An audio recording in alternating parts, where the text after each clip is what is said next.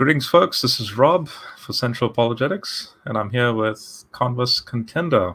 A bit of an impromptu live discussion, but I just couldn't help myself. I came across Pinecreek, as usual, doing his live stream. I'm not sure if Pinecreek will, I don't know if he's subscribed, I don't know if he'll notice this, but I think Pinecreek will recognize you, Converse, because you were in the chat. And this is a live stream that was done like 10 minutes ago. It finished 10 minutes ago. Doug will be familiar. Yeah. So notice how I've titled this as Pinecreek's Steelman Attempt at Semitology. So another way of saying it's Semitic Studies. So basically, as usual, Pinecreek, he wants to be amongst the big boys, I guess. He wants to have a go at cushioning down for his comfort, and in fact, he admitted to that. You know, yeah, I feel good about this. It's made me feel good that I'm going to take someone like Michael Heiser and put him down and make him a category that Heiser himself deliberately and consistently and for like years says that he's not. So basically, in other words, just to give everyone a bit of context, Pinecreek was making the argument that Michael Heiser is a polytheist, and that this thing known as multiple Elohim in the Old Testament and multiple Elohim in the Ancient Near East, in this case, multiple gods, multiple divine beings, that this is such a straw man on Pinecreek's part. A straw man not towards just Heiser, but towards just Christians in general. This notion of, oh, this is such a novel new thing. Like apparently this has never been thought about by Christians even before Heiser. And Heiser has now come on the scene and is showcasing a quote-unquote new teaching. And so therefore, since Heiser is an authority because he's got a legitimate PhD in the field, specifically in this case the Semitic field, therefore Christians, checkmate, you're all polytheists. And I'm just going to spend an hour of my day making myself feel good by putting you into a straw man box of my own making, the Pinecreek straw man box. It's just ridiculous. And anyone who actually cares about what Heiser teaches, and not just Heiser, in fact, Heiser's like, this is not new. This is well known in the Semitic world, well known in Semitic scholarship. For example, a big name like Nicholas Wyatt, whom Heiser, when he was presenting his dissertation defense, and I mean before Michael V. Fox and all these other guys, but specifically at one of the Society of Biblical Literature's conferences, Heiser was giving a talk. This is back in the early 2000s, where Nicholas Wyatt, which he's still alive, but he's considered the foremost authority next to Mark Smith in regards to ancient Near Eastern religions and so on. And when Heiser gave like an off-the-cuff sort of clarification and remark in regards to how did ancient people understand this thing called an Elohim or another divine entity, like say Psalm 82, God, in this case, singular, capital G, God stands in the divine assembly and among the Elohim. And so grammar in Hebrew you have to translate the Elohim there as plural, God. So God stands among the gods and renders judgment. When Heiser gave an off-the-cuff remark that, look, Elohim doesn't technically translate to our English vocabulary as God, but the term means a place of residence. It's a place of residence term, meaning, and this is converse to what you're trying to get at. Samuel, Witch of Endor scenario, when he dies and he's conjured up, the immediate description is, I see an Elohim coming out of the ground. Yeah, It doesn't maybe we mean should, that Samuel's... for the people Sorry? who didn't, Yeah. for the people who didn't see the stream, maybe we should just kind of elaborate what you mean by what I said. So Mhm. it was said that they were talking about this divine council scene and the Elohim, and Doug was saying that Elohim means God, and I pointed out that Heiser makes that distinction, that it doesn't necessarily mean God. It means a place, your abode. It means someone from the spiritual or unseen realm, as his lingo might say. But then you're right that I super chatted.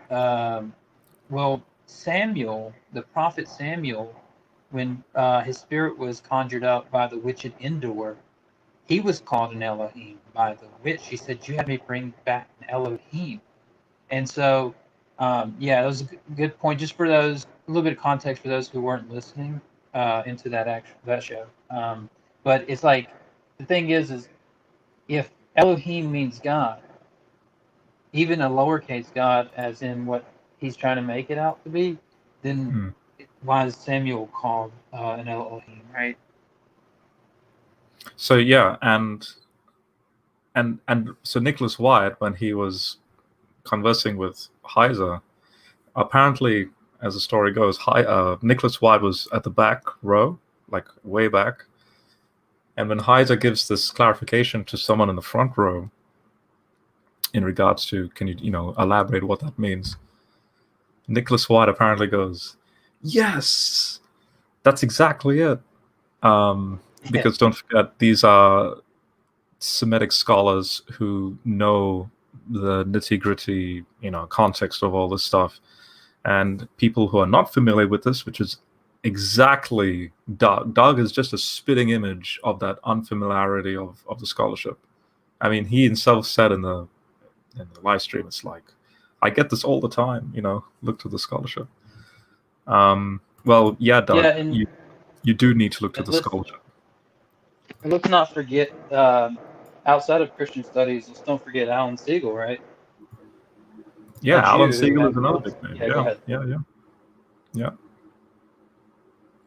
So, by the way, I increased the fan on my computer just so that it maintains the temperature. Can you hear it, or is it muffled out? I'm sorry, can you say that one more time? Can you hear a fan sound? Because I increased the fan on my computer. No, you're good. Okay, sweet. So, that being said, I want to play. And by the way, I can't see anyone's comments inside, so because I've got all these things open. So I'll get to people's comments after this. But that being said, I want to play some segments of this stream that Doug did, just to emphasize before you that. do, Yep. sorry, I know there's a delay, but just before you do, let me just say, just I guess you could say to hedge my bets or whatever, that I don't find, although I think Doug hasn't studied nearly enough in this area, I do find Doug to have some kind of clever insights sometimes. Like I've thought about before when people say, like, I don't have enough faith to, Christians will say that I don't have enough faith to believe in, this part of science or that. And I've always thought, like, well, aren't you kind of tacitly saying, implying that faith is just blind when you say something like that? And I've heard Doug make that point as well, and I was like, oh, I'm not the only one who has thought about that, and so I would just say that, like, he has, it's not that Doug doesn't have any like clever insights or anything like that. It's just in this area, it seemed to me that Converse, he's, yeah. you're being too nice. And I love that. Yeah, And I yeah. love that about you. Like, honestly, that's in fact, this is why I asked Converse if I went live stream. I need a Christian brother to maintain Yeah. a sense of sanity. Otherwise, Well, you know what it might be, I would Rob? not have been too nice. You know what it might be is I've been reading the Shepherd of Hermas lately, and Yep. like it's like some of the things whenever the angel's talking to Hermas and it's talking about like respectfulness and gentleness and all these things of like the good part of the spirit and all that, it just made me think like sometimes I am too harsh on people, and I used to be way worse. I used to be like a pretty harsh person, but I've been working on it. But anyway, so I No, guess I agree. sometimes I hedge my bets and go ahead. Sorry, Yeah, interrupt. that's I've definitely been, especially been writing the studies in the last year and a bit. I've definitely been humbled in that sense. Oh yeah, definitely. Like tomorrow, I'll probably be looking back at this and I'm thinking, why did I get upset over that? Because at the end of the day, we know who's in the right and who's in the wrong, and yeah. So you definitely do shine and demonstrate salt and light, and kind of like as Christians, brothers and sisters, we look out for each other, and there's also accountability there, and yeah, I wholeheartedly. So I'm admitting this did strike a nerve, and it very rarely do these things like strike a nerve. And so this is why I'm doing this. Like I rarely do this sort of thing, like just jump on the live stream and want to respond, that sort of thing. And Sure, so but I think you're right. Like this is kind of needs to be set straight, I guess, the record here, because although I think that like on the surface, you might say like, well, isn't he making an interesting point? But it's like, yeah, but if you have researched Heiser in any depth, you would know that a few of the places that he spoke about are easily refutable. But yeah, sorry to yeah. interrupt. Go ahead. No, yeah, no. So all I'm saying is, Converse Contender, to everyone out there, is demonstrating true Christian humility and character. Oh, you're And giving me that's too much something. credit. No, I'm serious. That's something I also want to model. If there's a reason why you're also loved by like Scholar Fiction and Dr. Josh, and so yeah. Okay, so based on that, let's maintain that integrity, and let's look at this particular live stream that Doug did. I know, Converse, you're working, so feel free to jump in and out. And on top of that, what I'm going to do is I'm going to show this. So this, as you can see here, that is a PDF that's literally titled, as you can see here, it's a 2008 paper that was published in peer review by Heiser, and it's titled Monotheism, Polytheism, Monolatry, or Henotheism Toward an Assessment of Divine Plurality in the Hebrew Bible. So Doug's question, as you'll see, Doug raises a question. If there's multiple gods, if there's multiple Elohim, and again, notice, is Elohim God? Like do we translate it as God? And it's like it's a yes or no. There's a tension there. It's both a yes and a no. So therefore, look at all the categories Heiser makes in the title of this paper: monotheism, polytheism, monolatry, henotheism. All of these terms, as he'll argue in this paper, are very limited. Even monotheism is limiting. Polytheism is limiting. Monolatry is limiting. Henotheism is limiting. So that's why he has a question mark at the end. And that's why he has a subcategory that says toward an assessment of, and this is what Heiser's getting at when he's answering McDowell. Towards an assessment of divine plurality in the Hebrew Bible. That is the ancient Israelites' perspective or mindset of what God is. There's a divine plurality, not just within the Godhead, but between God and the gods, right? So yeah. So we'll get to this paper in due time. In the meantime, here is the video.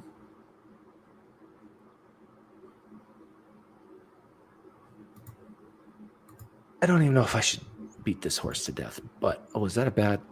I was raised on a farm. Just, Converse, you can hear the video? Yeah, I can hear fine. All right. Maybe, can I say real quick before the video starts? I want to say what I believe is the main problem here in his assessment, and what is the main theme I believe Heiser is trying to get at. And correct me if I'm wrong, or if you have a different take, but for me, it's always been the distinction between creator and creation, right? Because these, what he will call lowercase gods, or the Elohim, they, in Deuteronomy chapter 32, God allots the nations who have refused him to serve these lesser gods that they're serving, and he says, "But Jacob is my inheritance." And I just want to say that I believe it all comes down to one simple distinction.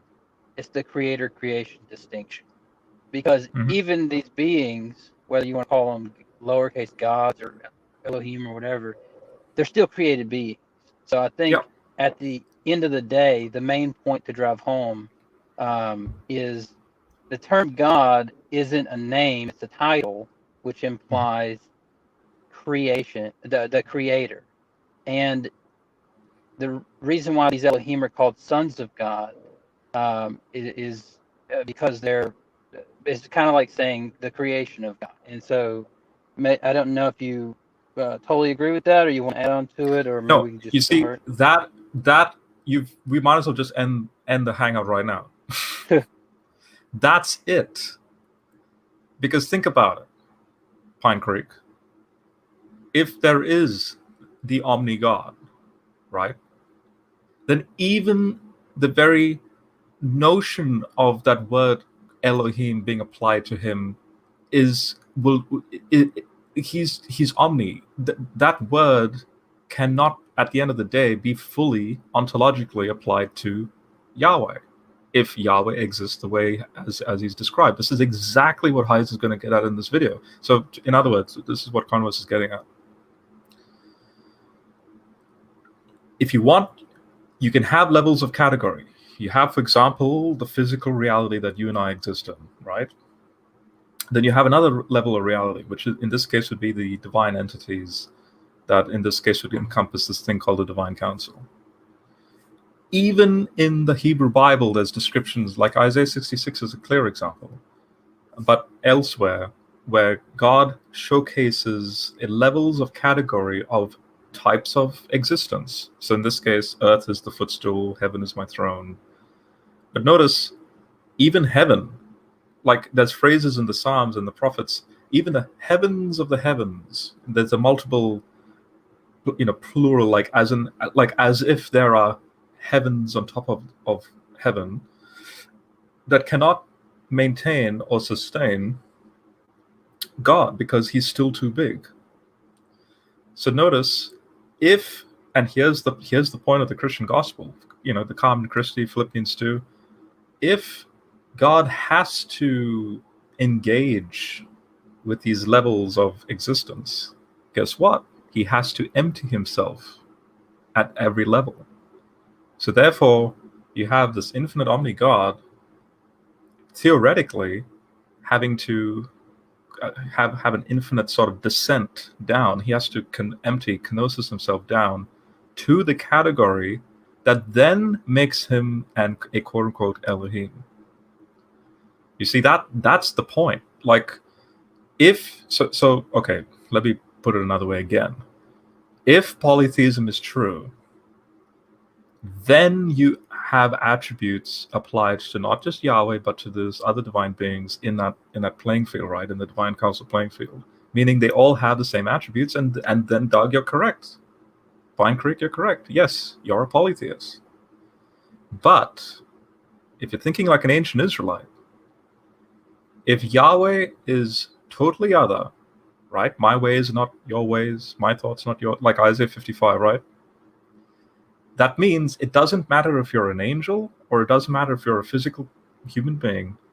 We are both in the category, like an equal category of being a creature and forever being below, forever being like infinitely below the infinitely above God, who in this case is in a category that no one's in. So therefore, you can't be a polytheist. Because to be a polytheist, by definition, means to have a type of variance of ontology, but at the same time, everyone's in the same sort of like playing field. So that's, Converse, you just hit the nail on the head. That's the point. That's why these terms, that's why monotheism, polytheism, monolatry, these are all terms, philosophically derived terms, to try and engage how do we perceive, God in relation to the creation, and in the sense of not just, pure philosophy, but theology that's then developed, obviously in various religious groups. Like you have Islamic theology and their concept of Tawheed and how Allah is related to this.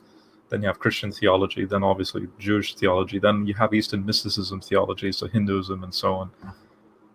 You see that this is the point. This is why when Heiser has a hierarchy model and he showcases very carefully what it means to be an Elohim, and Elohim in this sense just means place of residence. Yes, Yahweh is an Elohim because his place of residence is far beyond anything that we can imagine. But then there's a place of residence, a type of Elohim that the angels occupy, right? There's a place of residence that, in this case, Samuel occupies, the disembodied Samuel. But all those places of residences are in a creature category, not the omni category of the type of Elohim that Yahweh is. Therefore, you can't be a polytheist. You just can't.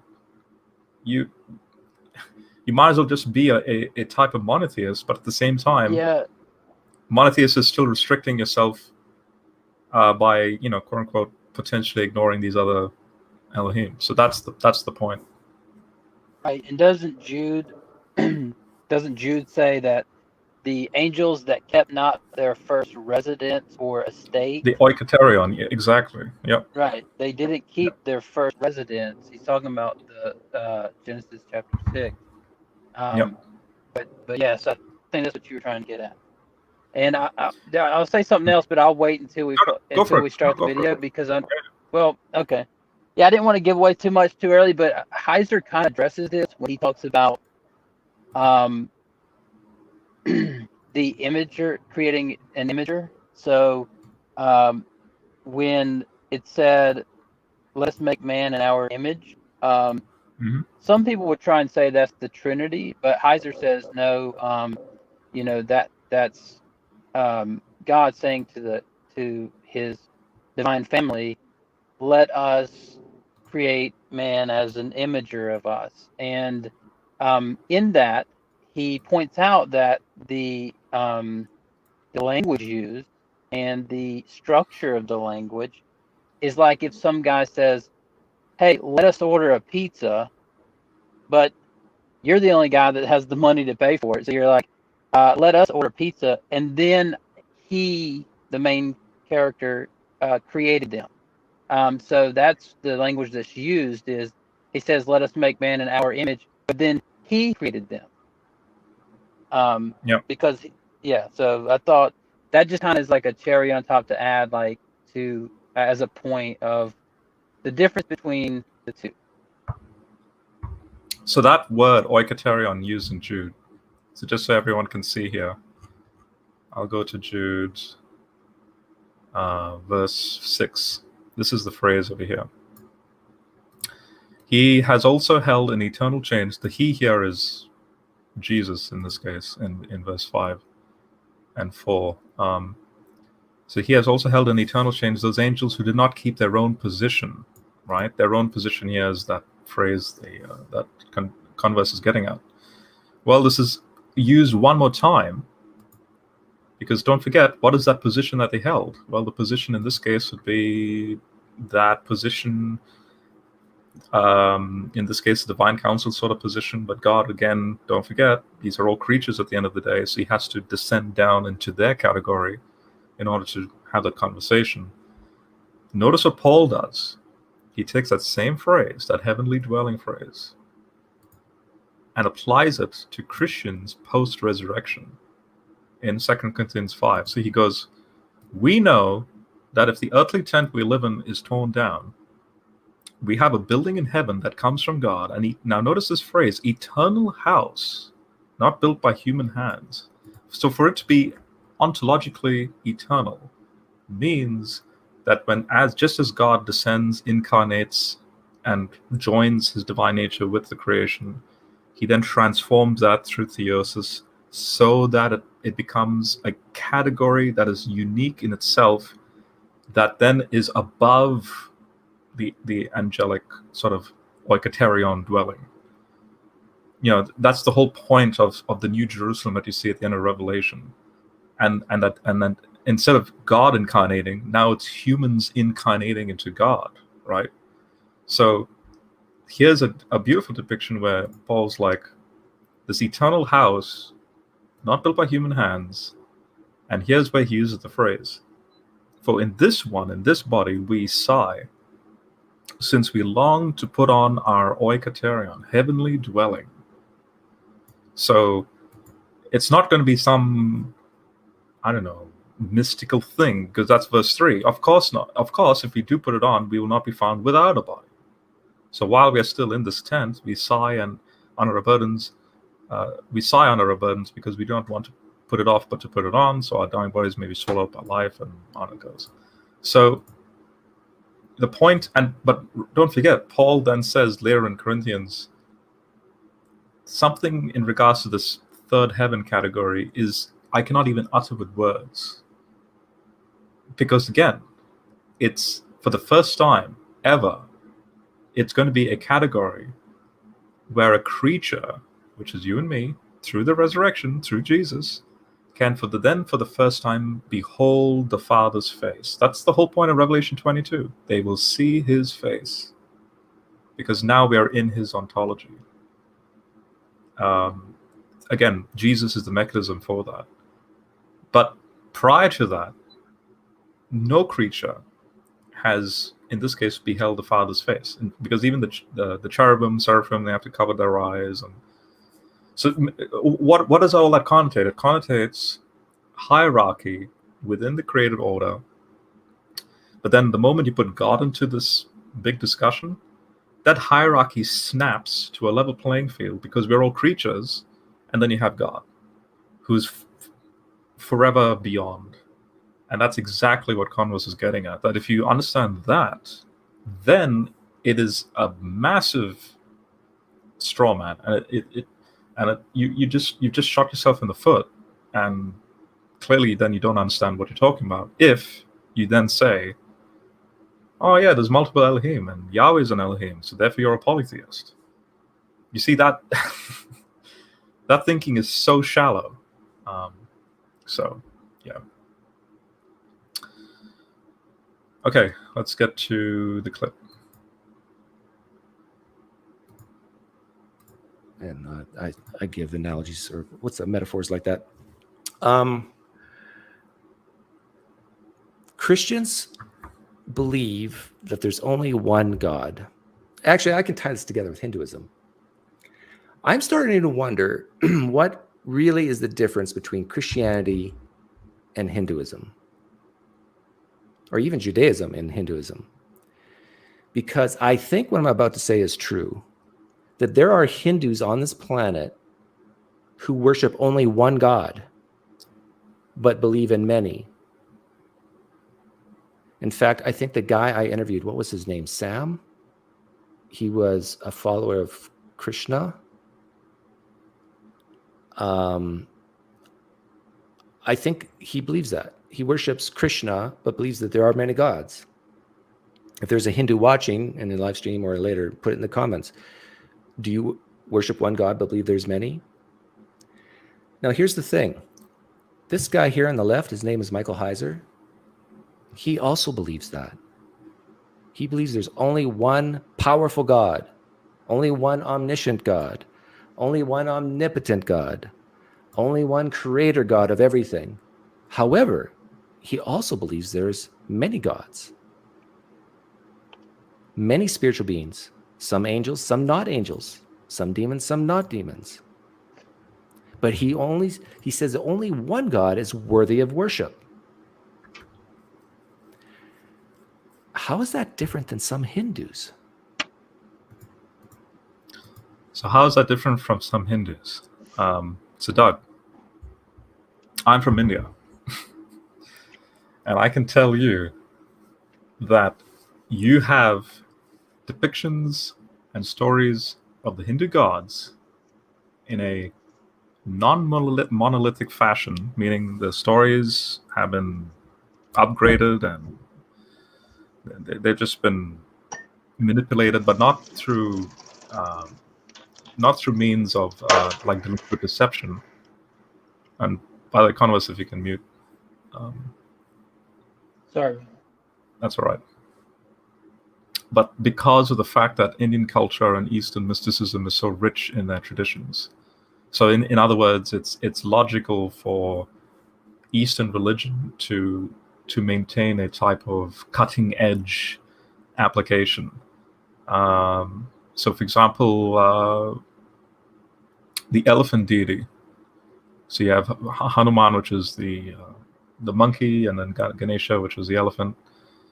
You have stories associated with how the elephant head is then placed on a human body and why that happened, because it was actually a son, one of the god's sons, his head was chopped off by accident, and so he goes and chops off an elephant's head and places that head, stitches it to his son's body, and there you go. Now you have Ganesha. So the point is that definitely fits a polytheistic model because it's within the cultural context, within creation, within that discourse, where the gods are like localized. They're not a type of entity that would fit, in this case, the category of, say, the way the Israelites would have categorized Yahweh. So, for example, nirvana is this notion of being blown out, right? Like going into a type of non-existence. But here's why yoga, this whole notion of yoga and transcendental meditation, emptying the mind, trying to exit out, try to blow out your life, right? When you reach nirvana, this is something that you're meant to attain.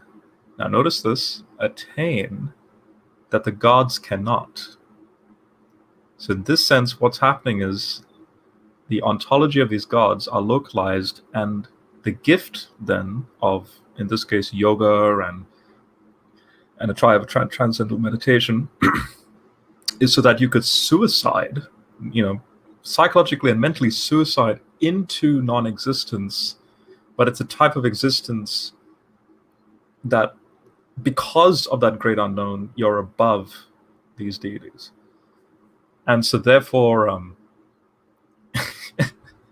that's vastly different to the Christian model, which, by the way, and the Jewish model and the ancient Near Eastern model, that pre-exist the Hindu model. The Hindu model is not ancient. You just follow Human Anthropology 101 and see how through human anthropology and human migrations, how they move around and how spiritualism arises. A lot of what you see in the East is to do with geographical distribution. So, for example, the like the turtle, and then like the dragon, like in, say, in Chinese mythology, like you have that associated with the cardinal points on the zodiac, in the blue dragon, for example, and like those ironically are associated with the type of soil and the type of geographical distribution of what type of agricultural crops can grow. And so notice they associate seasons and astrology and so on. They make it into this mythical godlike story to then explain the geography of China proper, let's just say. Same thing applies in the Indian Hindu culture. So this is, and here's the point. When I have family friends who are PhD scholars, Bible Christian scholars, who learn Sanskrit and Hindi and Telugu, and they converse with these people in India, and these people in India, and I recently was on a podcast with ex-Hindus turned Christian Indians, where they themselves are just like that. The theology that's demonstrated in the Bible far exceeds and is far more unique than what's demonstrated in the Hindu corpus. So much so now that the latest, the latest renditions of Hinduism fits more of a human psychological construct. So, for example, Hanuman is all about the clumsiness of a human person. Ganesha, the elephant, can be correlated to the quote-unquote memory, that a person might have. Like, so notice now you're anthropomorphizing these mythical stories to sort of fit the cultural norm and why you may behave a certain way. And so, yeah, for you to say that there's no difference between this grand thing that happens 2,000 years ago, Jesus, Logos incarnate, dies, rises, then you have that not just what happens 2,000 years ago, but the 2,000 years before that, this whole entire ancient Near Eastern epic that not only happens within the Old Testament, but in the surrounding ancient Near Eastern cultures around Israel. That entire big discussion and epic conflict between Yahweh and the gods and the nations. You are telling me that an Indian mythology has a semblance to that stuff. And just that statement alone just blows my mind. It just shows how ignorant you actually are in this context. Yeah. So, Rob, you'll be more familiar, so correct me if I'm incorrect here, but because I haven't finished the Vedas and Upanishads, so I don't know everything about Hinduism, obviously. But of what I have read, even the creator distinction, from what I've read, everything was, I think it was either our universe or just our direct solar system was created on the back of a giant tortoise, and out of pre-existing material. So, like, not everything was created by God, but however God created, He used pre-existing things. And and please correct me, anybody else that's more familiar, because it's been a little while since I've read those. And also, it seems to me that Hinduism isn't written as a historical narrative. It's kind of admits like that it tells the story through myths. And by myths, I don't mean the new story that has supernatural characters. I mean like the actual term that was used as a mythology. And the reason I bring that up is because I want to say, like, you can still tell truth through a mythical story. So I'm not trying to say that Hinduism is false because of that, right? I'm just saying that the creator-creation distinction is completely different as far as as far as what I remember reading about it. Yep. No, you're not wrong. And this would fit because don't forget, the model of Christianity is go into all the world, right? And you have in Acts 17 an example of that unknown God sort of application. And let's see the model of Christianity, how that engages with already the cultural groups. And clearly, in Acts 17, you see an example where Christianity is unique. Because the reaction is, what is this babblemouth trying to say? And this notion of physical resurrection. You have glimpses of that in the ancient cultures, but you don't have an explicit sort of demonstration. And this is why Paul makes it a big apologetic point. It's like, yeah, God, we are his children, like he's quoting the Greek poets there. We are his children, and we have a movement because of him. This ultimate logos principle, right? This prime mover. But there's something unique about this prime mover that is unique in that Judeo-Christian thing where he becomes man, dies, resurrects, and therefore there's a means to then not just live with him, but there's a means to cause a reversal of Deuteronomy 32:8, which is exactly what Paul quotes in Acts 17. He goes out to all the nations, like all the national boundaries come back to Yahweh. So that's actually another ironic thing for Doug to realize that we should point out. If Deuteronomy 32:8 is true, that the Most High, now notice, Most High is going in line with what we're getting at.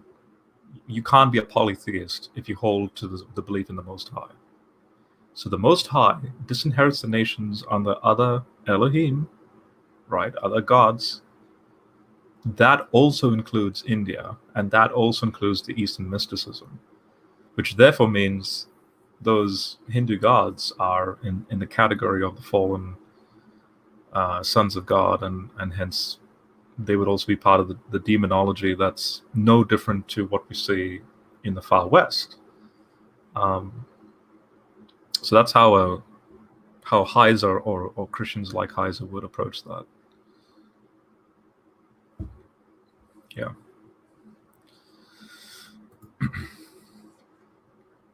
Okay, I'm going to play the video. And some Hindus, not all, call themselves polytheists. Why in the world are Christians, if, I got to say if 3 times, if polytheism is the belief that many gods exist, theism, why are Christians so scared to admit that, if that's the definition? And if you actually just Google definition of polytheism, you'll get something like that. Some say the worship of, some say just the belief in that they exist, the existence of many gods. So I went, as soon as I saw Michael Heiser was on Sean McDowell's channel, I asked that question. Let's see if I can find it. That's where we read Psalm 82 and get freaked out. For a spiritual being. That's all it is. Gotcha. There are many elements in the modern West, and scholars by our culture and ever. Wow. God has linked Doug is the return of his son he's and the day of the scrubbing through the Lord video. can down the road for a very long time. If you define victory like interchangeability and an equality, well, let's just back up a little. The problem with that isn't how the biblical writers think about the word Elohim. Okay, here it is. I found it. I just got to back it up a bit. Sorry, I didn't have this queued up.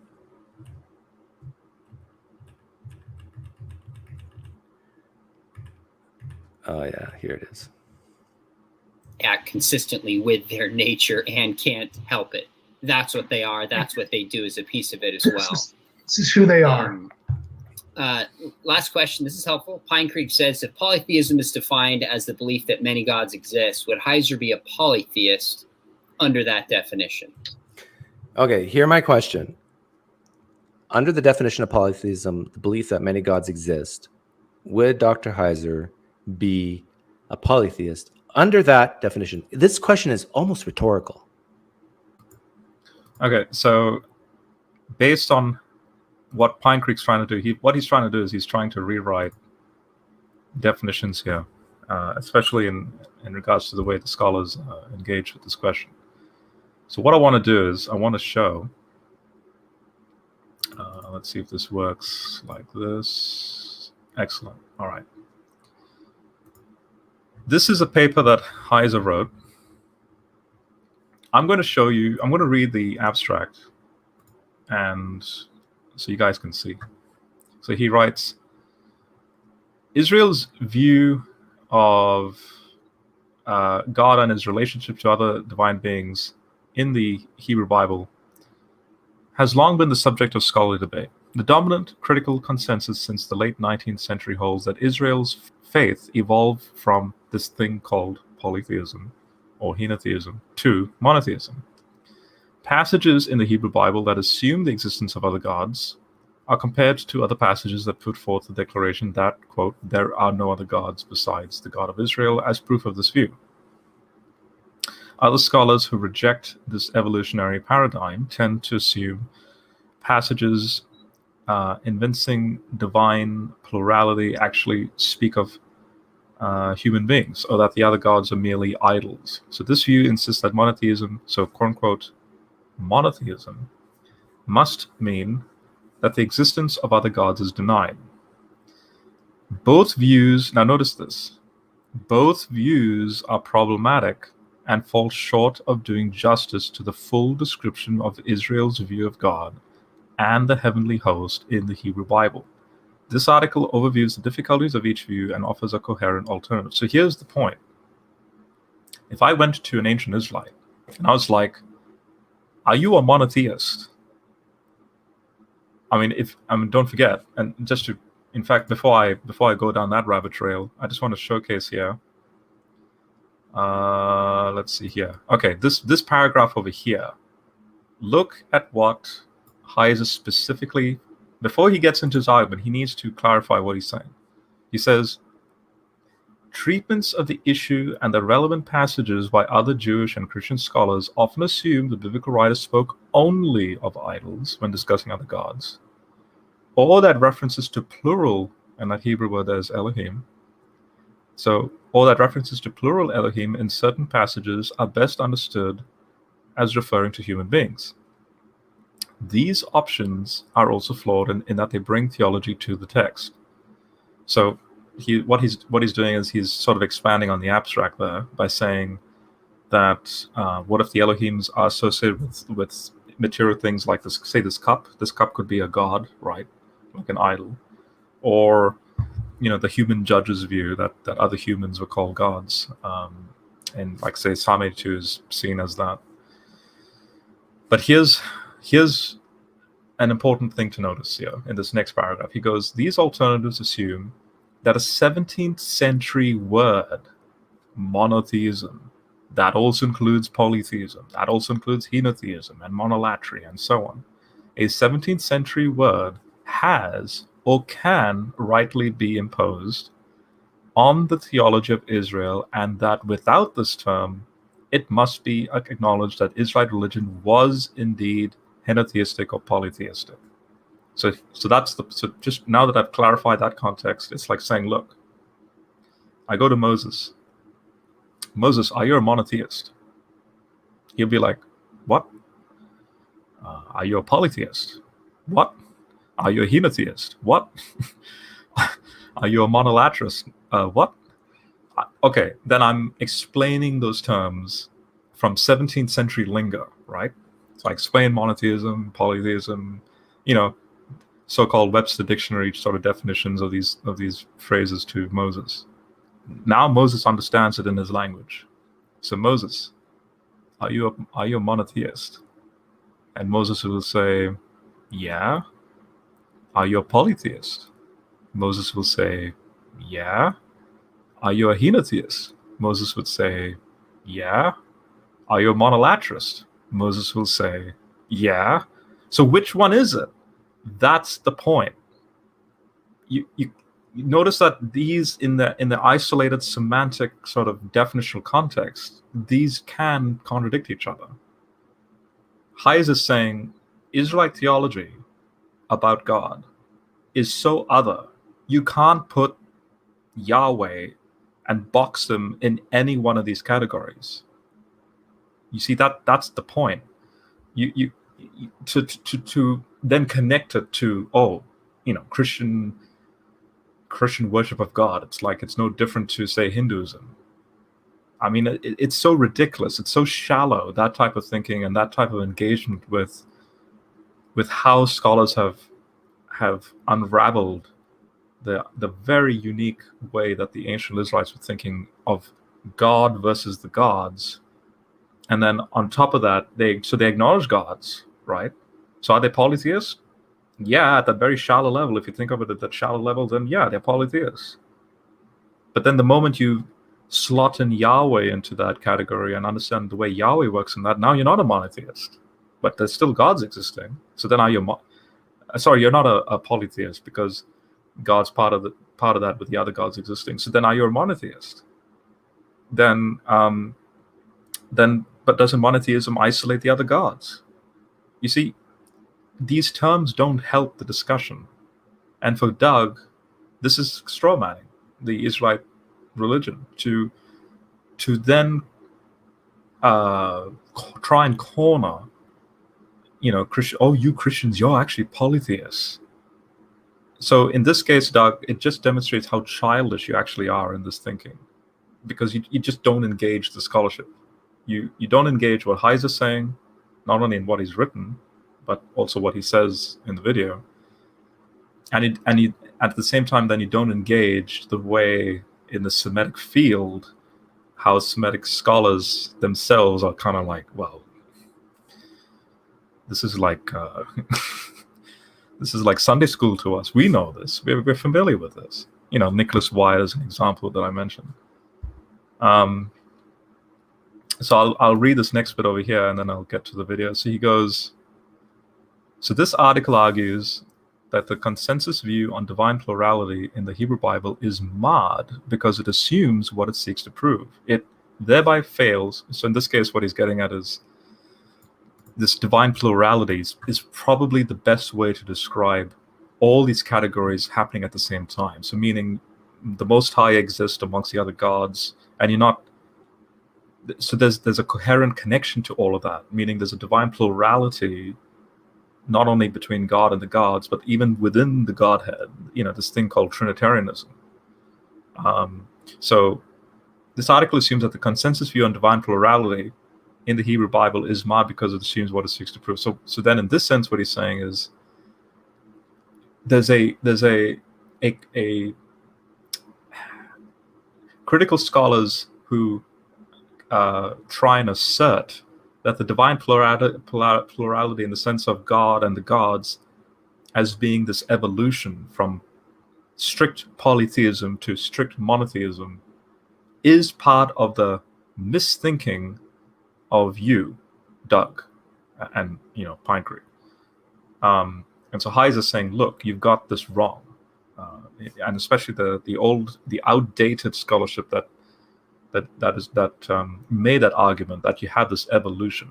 So the point is, if there's no evolution from polytheism to monotheism, or any way which you want to look at it, was it monotheism to begin with, or was it polytheism to begin with? Either way, these categories cannot succinctly define what ancient Israelite theology is all about.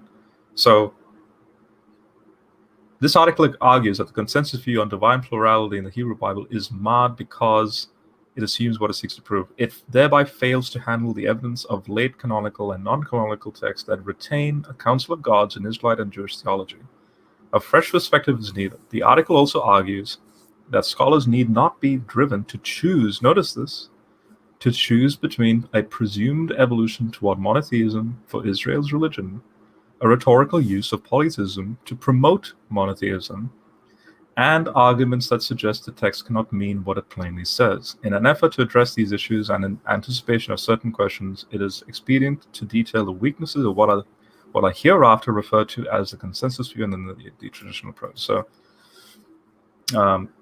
at the end of the day, this sentence here, or what Heiser says over here, these alternatives assume that a 17th century word has or can rightly be imposed on the theology of Israel, right? And that without this term, it must be acknowledged that Israel's religion was indeed henotheistic polytheistic.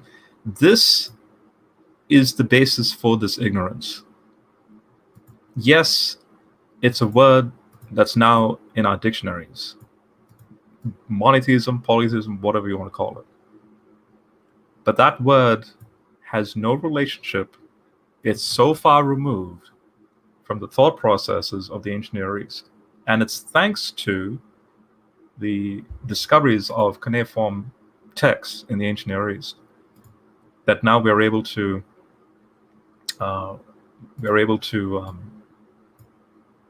understand, exactly how those ancient Near Eastern people are thinking.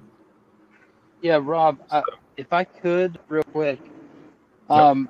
I think I might be able to help as well in another way. So, Go for it.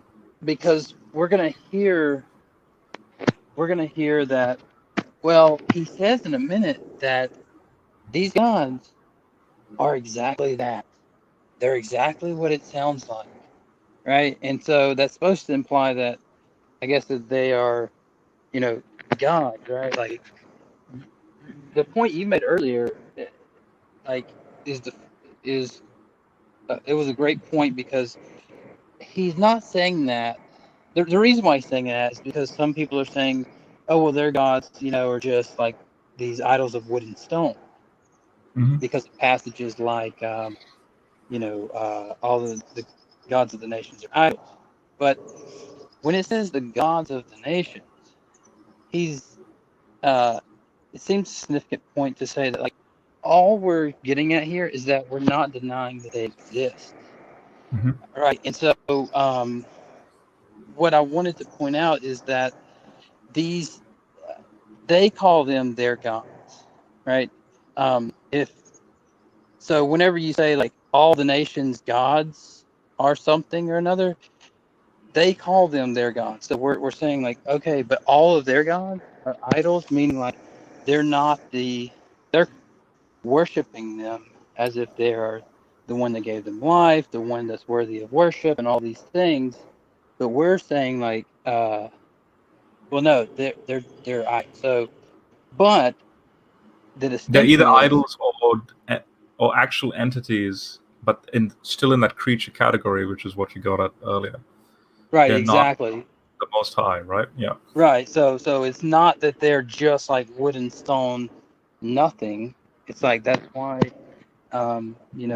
the Egyptians could produce serpent as well, and things like that. We're not just saying that they're just wood and stone things they stand before, but that Yeah.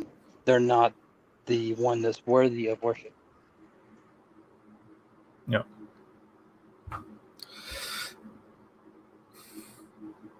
Yeah, I hope I wasn't being a bit too long-winded.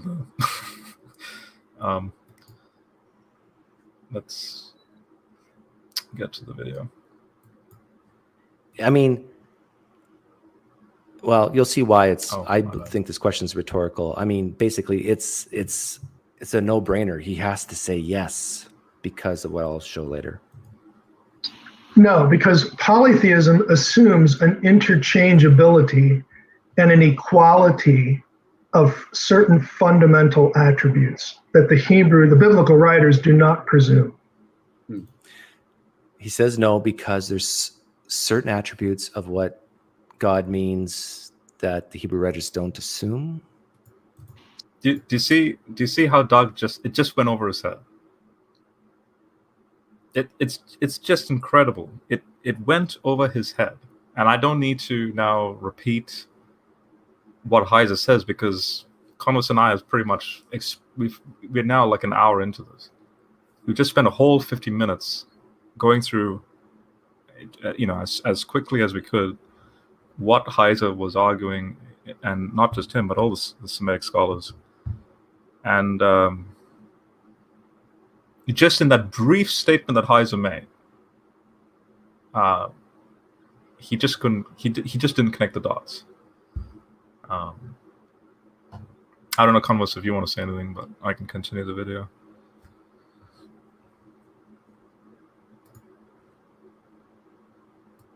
So that's also what's wrong with henotheism. In henotheistic systems, they assume that the lead deity can be displaced at some point, can be defeated, toppled by somebody else in the pantheon or whatever competition. The biblical writers.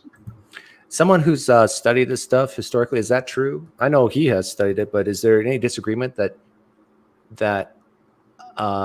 every god within the polytheistic system can be defeated? Is that true? Aren't thinking. Yeah, you have what's called the combat myth, Doug. That's all about the gods fighting each other.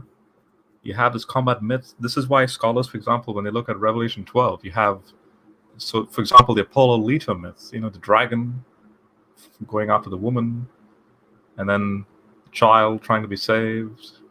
Like, you have all these myths that then appear in the Bible, and look at how then it's repurposed to communicate what Heiser's getting at, and that is, yes, there's multiple Elohim, but no Elohim is like this particular Elohim because he is infinitely beyond everything. That's the point. So you have a henotheistic / polytheistic combat myth that's common in all cultures. For example, Hinduism is a classic one. Greco-Roman, myth has the gods fighting each other. Ancient Near Eastern myths have, in fact, Genesis 1 verse 2, the whole Tiamat combat myth. So Marduk and Tiamat. This is how creation is structured. Notice the author of Genesis, what the author of Genesis does. The author of Genesis places Yahweh as hovering over that chaos, that chaotic battle between the gods, the Tehom, the dark depths of the waters. If God's spirit is hovering over that, what is the author trying to communicate? Even in your mythology of your gods warring, our God Yahweh, because we believe he's the Most High, is like, he's above them, and he's just like, this is petty. This is nothing but a petty fight. Because ontologically, at the end of the day, they're just creatures. They don't have omni attributes that I have. You see, that's how an ancient Israelite, that's how they would communicate the difference between Yahweh and these other entities. And in this case, within the creation narrative, you have that combat myth tension. Like, you have a type of henotheistic, polytheistic sort of worldview that's then completely toppled over with the simple notion of God hovering over that. That's it. That's all you need. There's no, the Hebrew author is not going out of his way to be like, oh, by the way, I'm a monotheist, and I'm going to communicate my monotheism by emphasizing this point. He doesn't need to do that. You have to venture into the vocabulary of those ancient people, how they communicated their ideas, and then see how beautiful it actually is and how deep their thinking actually is. Yeah.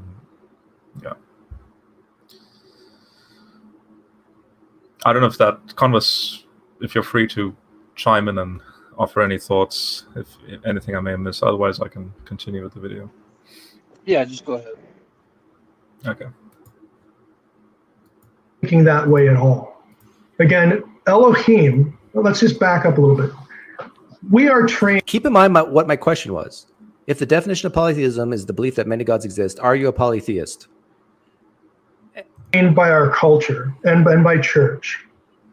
When we see the No, this is another thing that just I'm not going to say hate, but it makes me cringe. Doug is that type of person that wants a quick answer, right? Now, I don't know if this could be just a personal preference thing. I don't want to fault him for this, but Heiser is a professor. he is that's his niche. Like that's what he's automated to give an explanation by just a constant elaboration. That's just how these people tend to think and how they talk and so on. And so therefore, again, this fits into the unnecessary category and strawman category that Doug's setting up. And to be honest, unfair category. That just because Heiser's not being succinct in his response, therefore, recall, didn't I ask it, I've just made the question based on a simple observation about and a simple sort of definition of what polytheism means. And so therefore I'm not, and by the way, when I was watching this live stream, I was noticing people in the chat, mocking this, to bloviate. Like there's some person responded by saying, Heiser's just bloviating. And so what this communicates to me is the attention span is not even 10 seconds. The bandwidth is just 10 seconds in length. And therefore, what else can you do? What else can someone like Heiser do? What else can I do? I know I'm long-winded, but again, I can relate and I can connect with people like Heiser who don't mind these long, bloviations, let's just put it that way. So, this sort of thing is a testament to short attention spans and then a knee-jerk reaction to then set up a straw man because you just didn't understand it. And that sounds really harsh, but it's true. Yeah, that's a good point. And I'll tell you kind of a humor thing I like to tell my wife and others is people will sometimes say I'm long-winded, but I like to say that I'm not long-winded. I just like to develop my points in full, right? Because if you've been around the debate world for long enough, you will know that, like, if you've talked about the same topic for long enough, you'll know that you'll be able to anticipate at least 5 questions that are going to come from one of your statements. And so a lot of times I want to go ahead and develop my point in full. That way I don't get those 5 questions after I finish one sentence. And so I think sometimes when I listen to Heiser, he does the same thing. It seems like sometimes that he's being long-winded, but he's just trying to fully develop his points. That way you don't come back later and go, oh yeah, well what about this one thing? Like when he finishes his sentence or his statement, you're like, oh, okay, he already covered that. Well, I've got a different problem now, and so that's a good point to make. Have you seen the way Jordan Peterson in all his talks? He goes into wild tangents. Oh yeah. And after like 20 minutes on just a simple question, after 20 minutes he then brings it back home and it's just like, now do you see that little brief statement I made? Now do you see why that makes sense as to why I responded? Sometimes I do the same thing, and that's what a tangential point. As long as you bring it back around, it is tangential, right? Going off on a tangent and not coming back, that's a different thing altogether. But sometimes I can feel that I have ADHD, and I can tell that, like, when I'm giving a response, I can already hear other responses. So I want to go ahead and, cover those before I finish. That way that I don't have to hear the question and then debate about it afterwards. So I think that's a good point. Go ahead. Letters G, O, and D on a piece of paper or on a screen. We mentally, our brain assigns, and all these terms are important, our brain assigns a specific set of unique attributes to the letters G, O, and D. And so if you put an S on it, we can't have that because they're supposed to be unique attributes. That would be polytheism, okay? Well, the problem with that isn't how the biblical writers think about the word Elohim. How do we know? because they use Elohim of 5 or 6 different things that are not the God of Israel. That alone. Okay. So just before Doug chimes in, this is when you, Converse, you put your little comment, because you and I both know when Heiser lists the 5 or 6 categories of that the way Elohim's used, one of which is the disembodied Samuel. And it's like, I was literally sitting back going, all right, let's see how these folk engage with this. Like, you know, Doug and Doug's fans. And sure enough, you and I were like flies on a wall, just going, oh my gosh. It's just gone over their heads. But yeah. But let's see what Doug has to say here. Elohim is translated in many Bibles as God. Okay? You keep that in mind. It's translated in English as God. That isn't how the biblical writers think about the word Elohim. How do we know? Because they use Elohim of 5 or 6 different things that are not the God of Israel. That sounds like there's many Elohims, many gods. That alone tells you they are not assigning a specific set of unique attributes to the term Elohim. So do you guys see how hilarious this is? Heiser just said, if you assign a set of attributes to the word Elohim or Theos, right?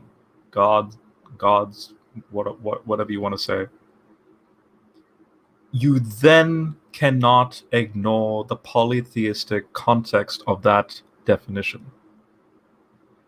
Heiser then, and I'm saying this deliberately and slowly for you, Pinecreek, if you're watching this, Heiser is saying if you disconnect attributes, regardless of the ontology, but if you disconnect attributes associated with the word, right? So if I see God, or even if I see the Hebrew word Elohim, or El, or Eloah, like variations of that word, if I don't put attributes on it, I cannot then categorize that word under monotheism, polytheism, henotheism, monolatry, whatever. That's the point. You see that this is what Heiser's getting at. So then what is the word about? And then we get into what I said at the start of this live stream, that it's a word that connotates a type of residential, it's a residential term, a place of residence. And this is, Heiser makes this a big thing in his books, which the Semitic scholars like Nicholas White and all were like, yes, that's exactly it. That's how you understand the word. That's how an ancient Israel would have understood the word. So notice he said there's 5 or 6 categories of Elohim. Notice categories in what sense? Well, exactly as is defined. Place of residence category. You have Samuel as an Elohim. You have then the hierarchy in the divine council, many type of Elohim. You have Shadim, the demons. They're a type of Elim, so a type of Elohim in Deuteronomy 32. Satan is an Elohim. Yahweh is an Elohim. Ooh, does this mean we translate and use the English word God or GODS to, as is translated in our Bibles, and therefore, oh, look, see, you're a polytheist? No, it's to communicate that their locality is in a type of residence that then puts them into the category of Elohim. And then Heiser, and not just Heiser, but because Heiser is deriving it from ancient Israelite theology.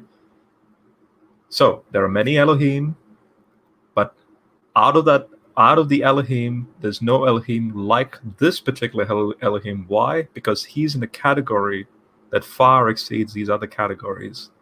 And therefore, you cannot be a polytheist.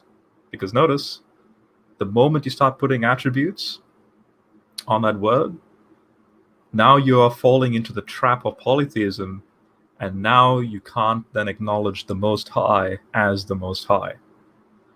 So, and then notice, oh, then Rob, then the Israelites were monotheists. The moment you then put yourself in that category, now you have to remove all the other Elohim, because now you're putting that attribute, in this sense, monos, one, to that particular, in this case, Yahweh.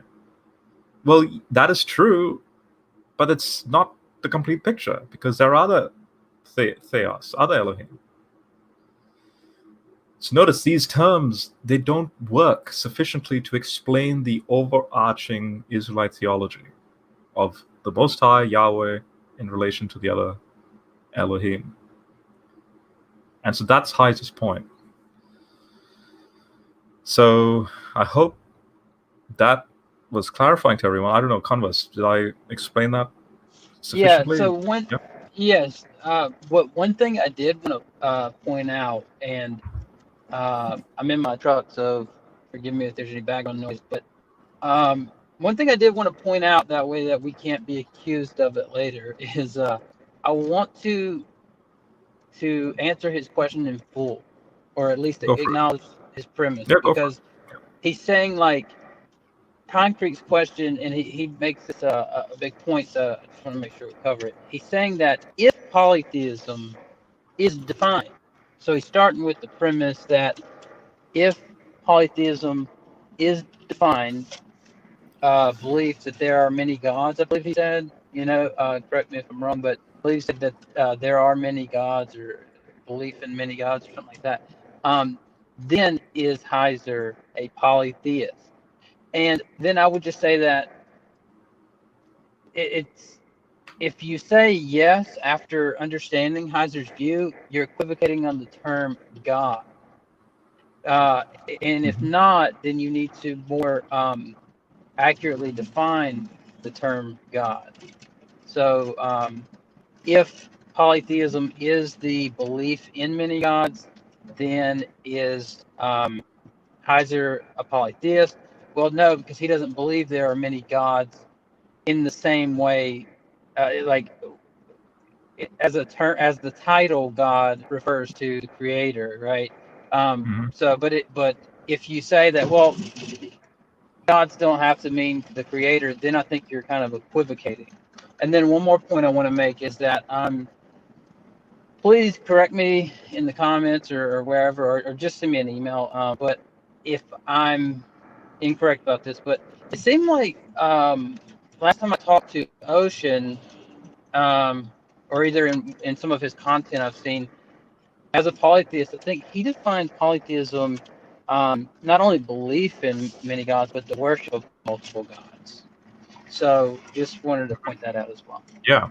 Now notice, he is then a genuine polytheist because of the key word there, worship. Yeah, again, and if you would, Rob, link my YouTube channel in the description. And then if I'm wrong about any of the points I made about polytheism or Hinduism specifically, please check out my channel and then leave me a comment and let me know. That way that I won't use that argument in the future. But I think that's right. Yep, I'll do that. Yep. Okay. Let's continue. So to have a multiplicity of Elohim, that means, okay, he's saying that you can have many Elohims, spiritual beings, gods, which is translated by many English translators, without specific attributes. Okay. is nowhere near polytheism like we think of it. Nowhere near polytheism like we think of it. Remember? I just love how when he paused it, right? So he was sort of like repeating what Heiser was saying, no attributes. And then he unpauses it, and then Heiser clarifies Doug's sentence for saying, this is nowhere near polytheism as we think of it.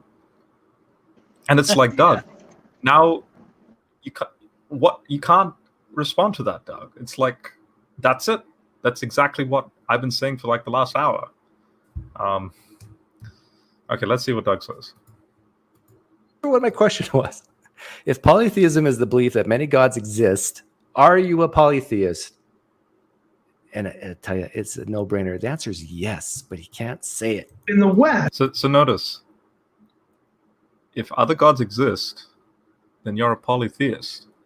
But Heiser just said, yes, other gods exist, but the moment you start putting attributes to that term God or Elohim, regardless of the ontology, right? In other words, there is no Most High. There's everyone is on a equal playing field, equal residential playing field, and so each God has, for example, the fruit of the Spirit. In this case, the gifts of the Spirit. I might like to use that as an analogy. The foot has a gift. The eye has a gift. This hand has a gift. Like the body of the church, various gifts. So imagine that analogy being applied to then the gods in a polytheistic sense, right? So Ocean is a genuine polytheist in that sense because he does not have a quote unquote Most High. Heiser saying remove attributes. Understand that the term is a place of residence term. So for example, why am I not an Elohim? Because right now, I'm in the terrestrial world. If I was put into the shoes of Samuel, in that disembodied sense, thinking like an ancient Israelite, they would call me an Elohim. Does this mean I have the attributes of Yahweh? No. And then the Israelite will be like, well, why are you even thinking that? Because we don't attribute attributes to the word itself. It just means, oh, Rob is now over there, like on the other side, so to speak, right? So notice that if you then want to engage with engage with multiple Elohim in relation to Yahweh. So all the Elohim that are not Yahweh and all the non-Elohim that obviously are not Yahweh, they then snap to an equal playing field because we're all creatures and the creation subject to the Most High. So in this sense, you can't be a polytheist. Yeah, that's why I was pointing out that it just seems to be an equivocation on the term God. Yeah, exactly. And basically not carefully hearing in this very video what Heiser's getting at when he goes out of his way to deliberately go work within the rules of the game that I'm setting up, right? The Semitic game that I'm setting up. And Doug obviously just completely ignored that. Yeah, and don't forget about the part where God tells them that you will die like men for judging unjust. There you go. Yep. Yeah, like if they're true gods, right? It's like, well, when it says that Elohim, singular, stands in the midst of the Elohim, plural, and renders judgment against them, tells them that because they have judged unjustly, as his regents or whatever, that they will die like mere men or mere mortals. And so I don't think that, that's...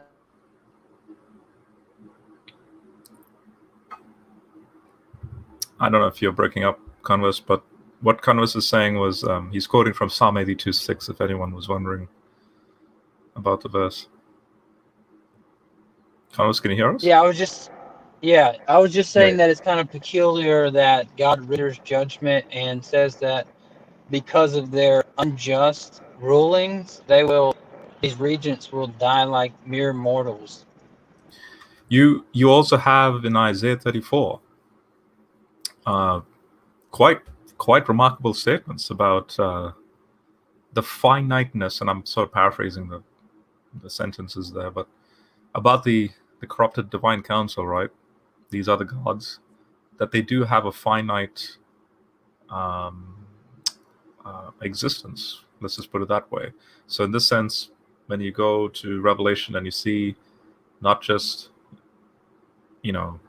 people who are not Christian, but more so Satan and the other divine entities, that they cast into the second death, the lake of fire. I notice Jesus uses that very interesting phrase, being thrown into hell that's prepared, that was actually prepared for Satan and the angels.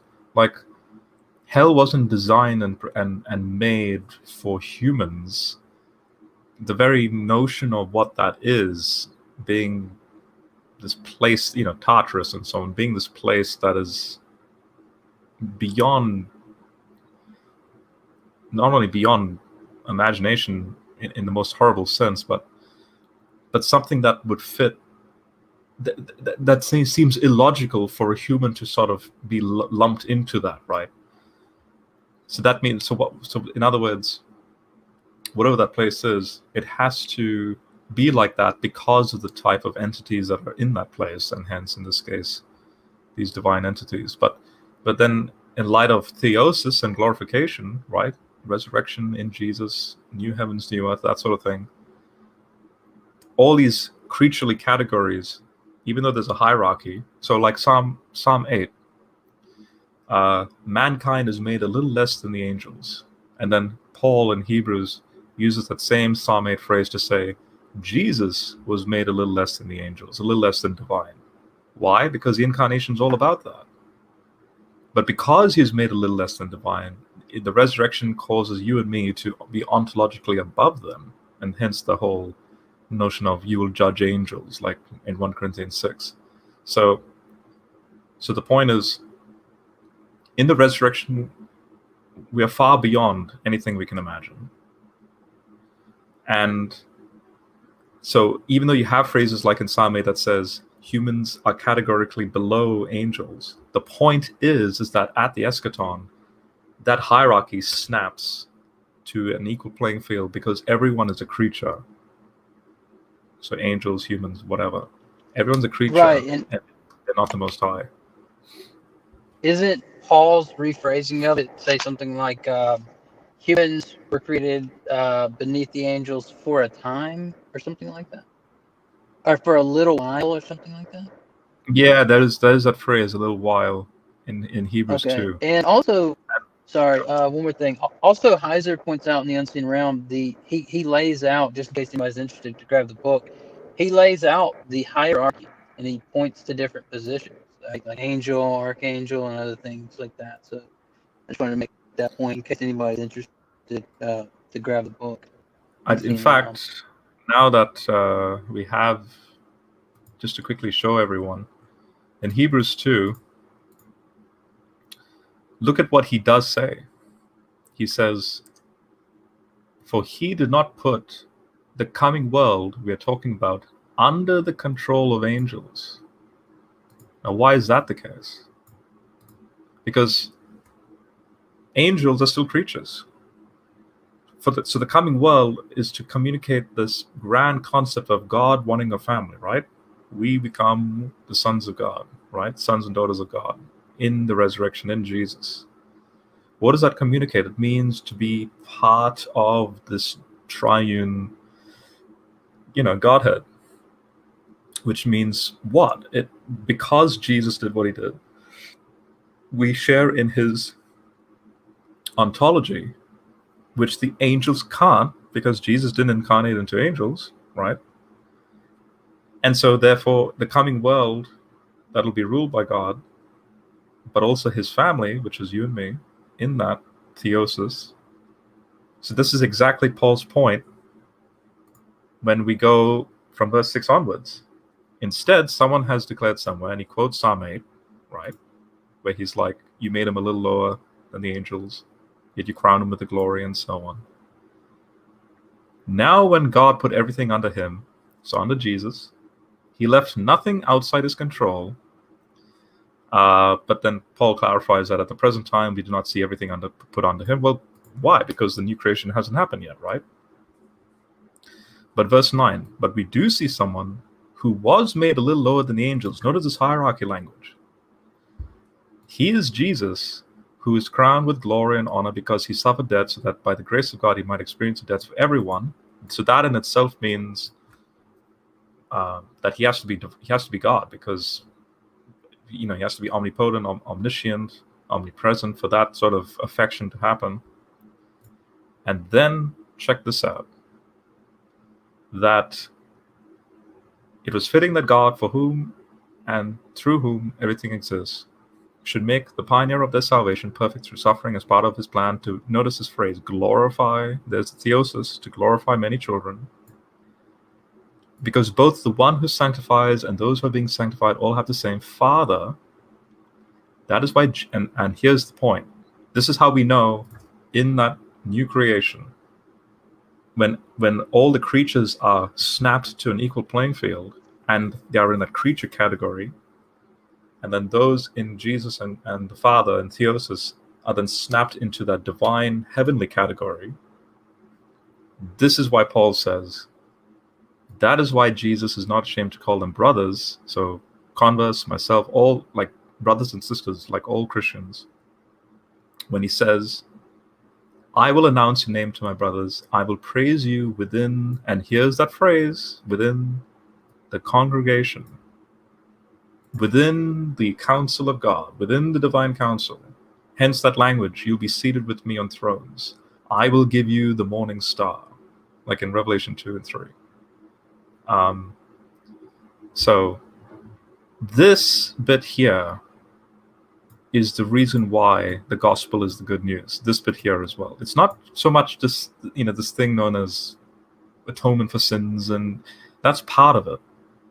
But there's also this beautiful and quite remarkable reality of glorification because of the forever vast ontological difference between God and the creation, and then the solution to overcome that infinite chasm is for God to descend and pull his creation up to his level. In this case, those in Jesus.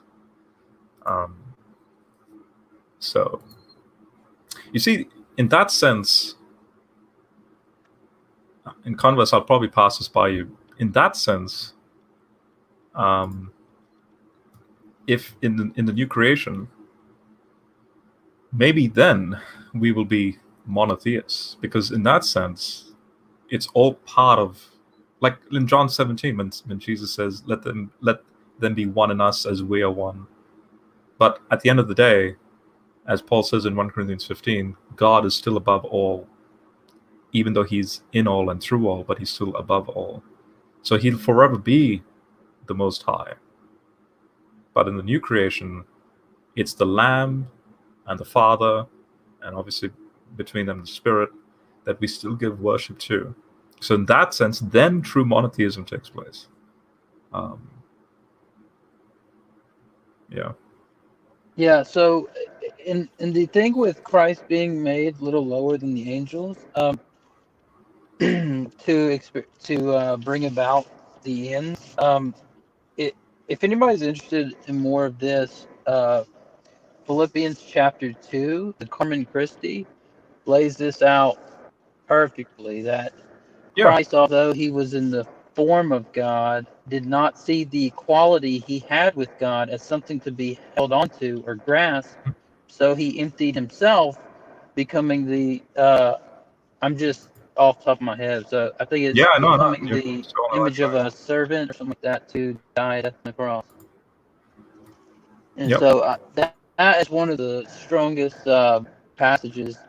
To me, it's always been one of my favorites. So, I think it drives that point home. Just to show, but it's not just Philippians 2, it's the very next chapter. So for everyone outside, just to see, notice verse 6. In God's own form existed he, and shared with God equality, right? But then the kenosis, he poured out in emptiness. A certain form did he possess, a mortal man becoming, right? In human form he chose to be, lived in all humility, death on the cross obeying. But now he's lifted up, and he's got this matchless name now, right? And so when Jesus' name is called, the knees of everyone should fall wherever they're residing.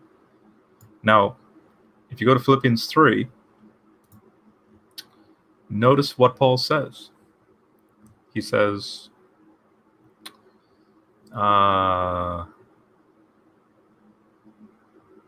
he goes, I want to know the Messiah, what his resurrection power is like, and what it means to share in his sufferings by becoming like him in his death. Though I hope to experience a resurrection from the dead. So this, because again, this is something very unique in the Christian theology that emerged out of this movement. He then ends Philippians 3 by saying this,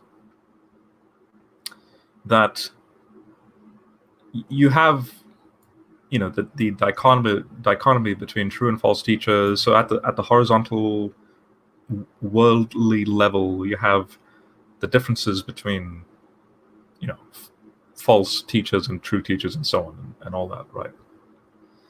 But then Paul immediately jumps into this theosis language. And look at this.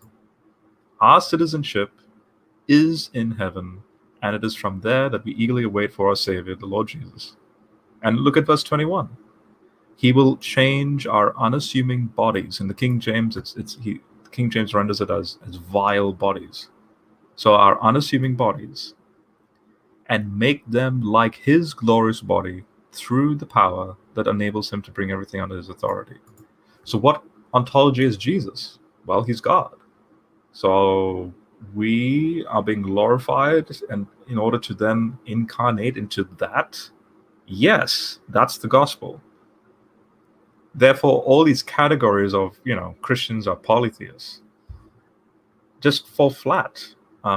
You can't understand these statements if you box, you know, Christians or Christianity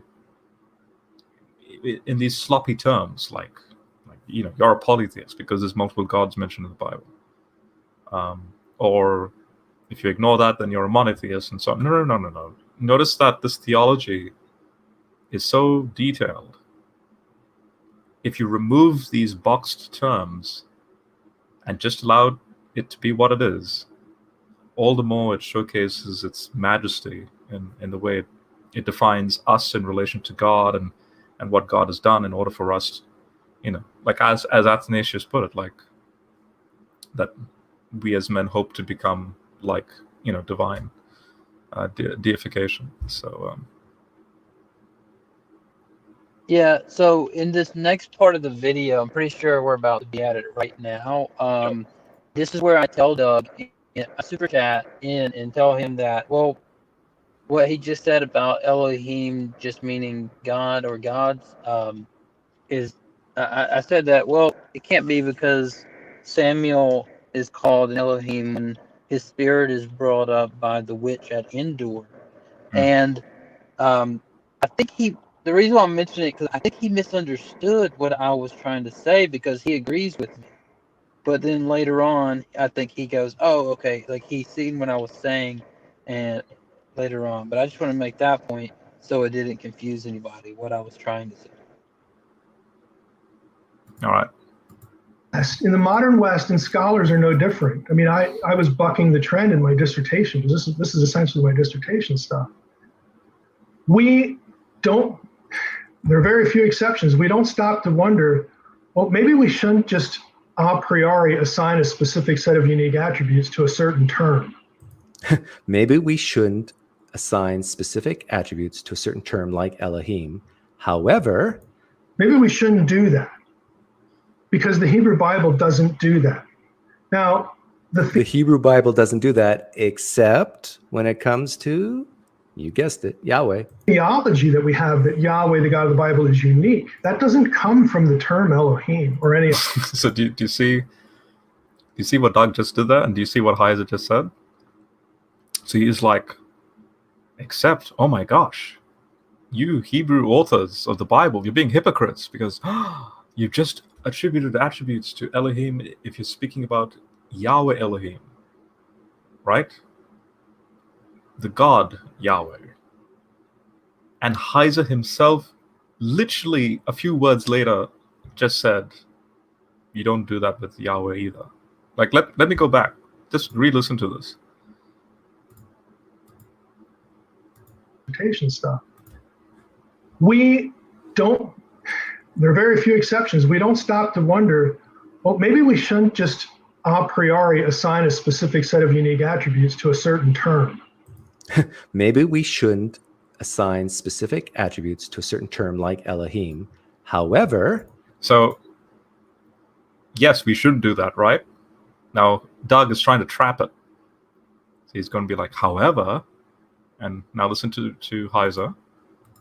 Maybe we shouldn't do that because the Hebrew Bible doesn't do that. Okay, so the Hebrew Bible doesn't do that. And then now watch what Doug says.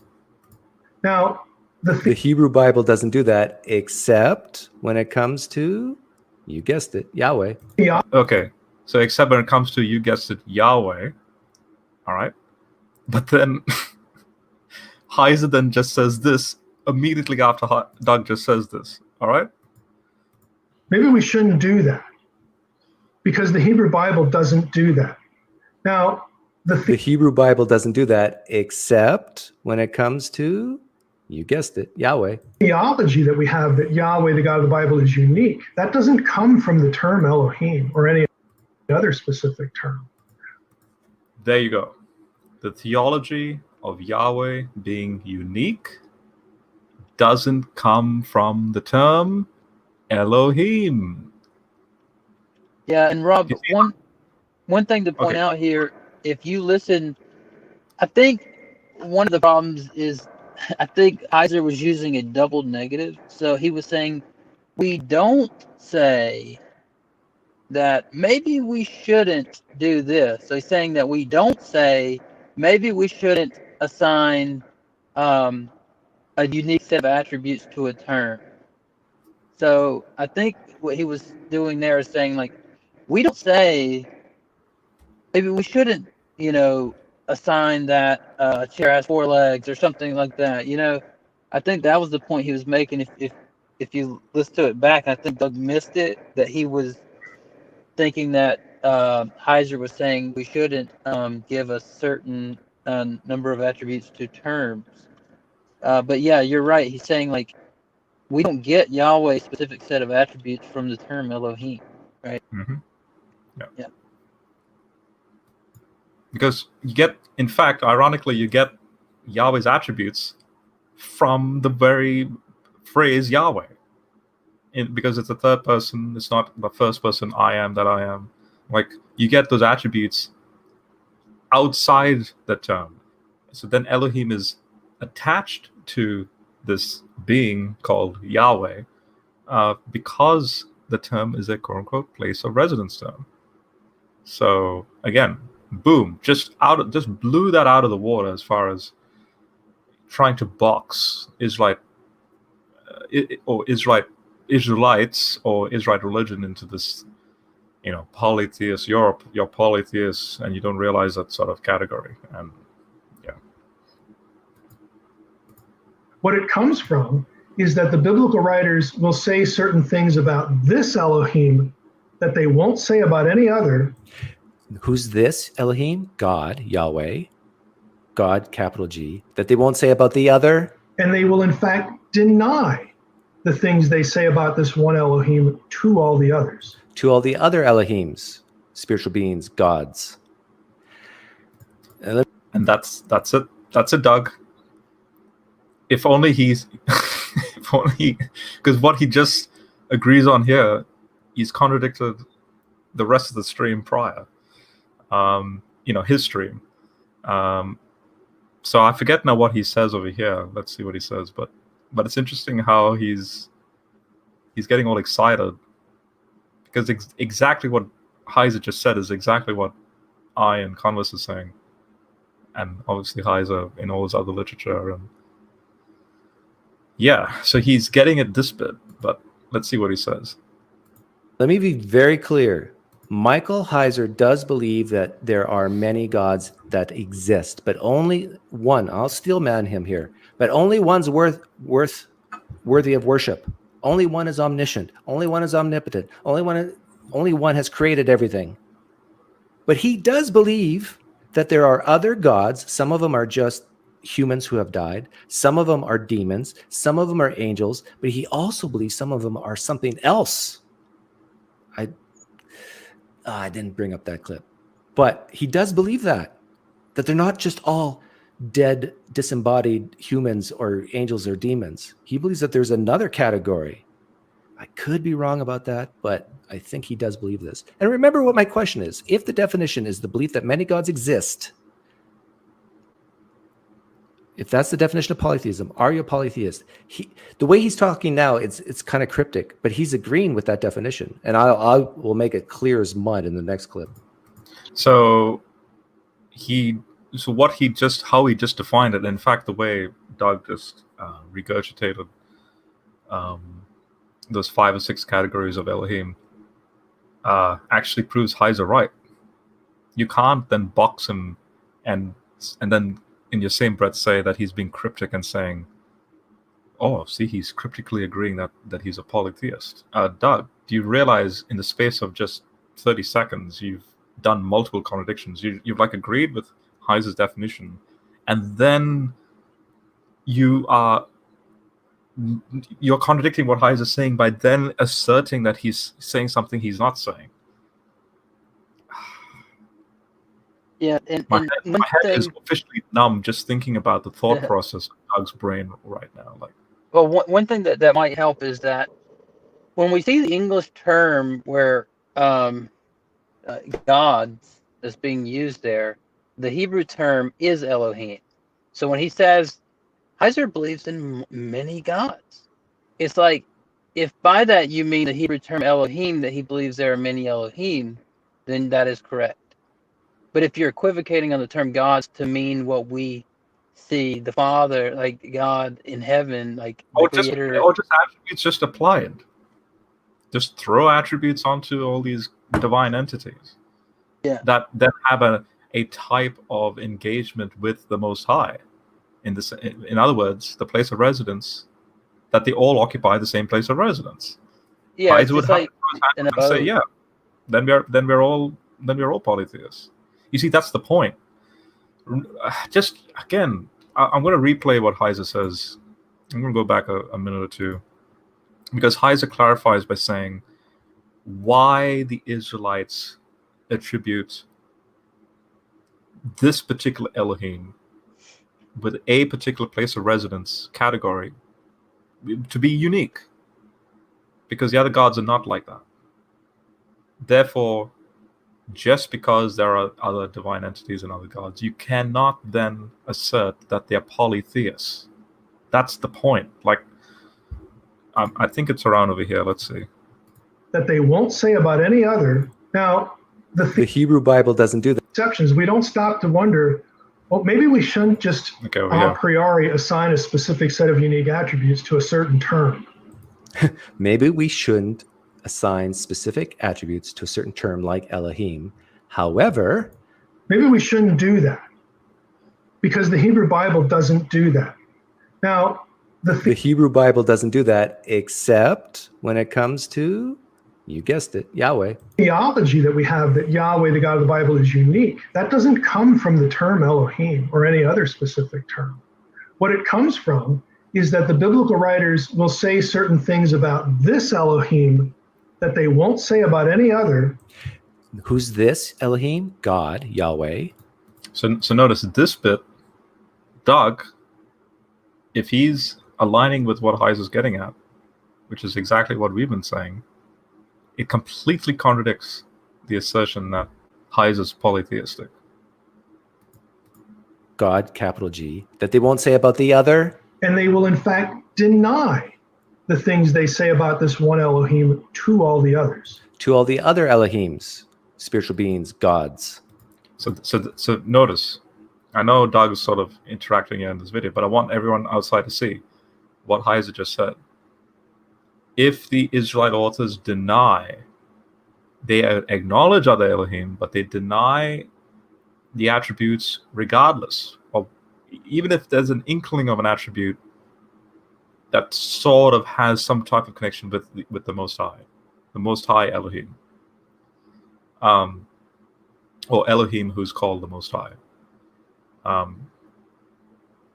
So they won't do that, meaning all the other Elohim are, at the end of the day, just creatures like you and I, and therefore it makes no sense to then assert that The biblical authors were polytheistic, and in this case, Heiser is polytheistic. So yeah, multiple gods, Hindu gods, Greco-Roman gods, whatever you want to call it, but their place of residence, they can't even, for all eternity, they can't enter into the realm or the residence that this particular Elohim has, which is the Most High, Yahweh,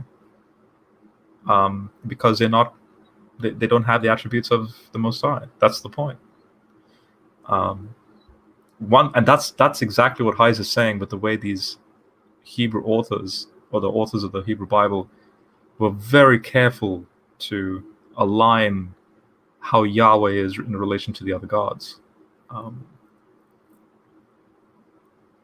Yeah. Yeah, and one thing, sorry, Rob, that I've Go always for it. thought was interesting, at the end of Psalm 82, it says, now God judges these lesser beings that are called Elohim for judging the nations unjustly, and says they're going to die like mere humans.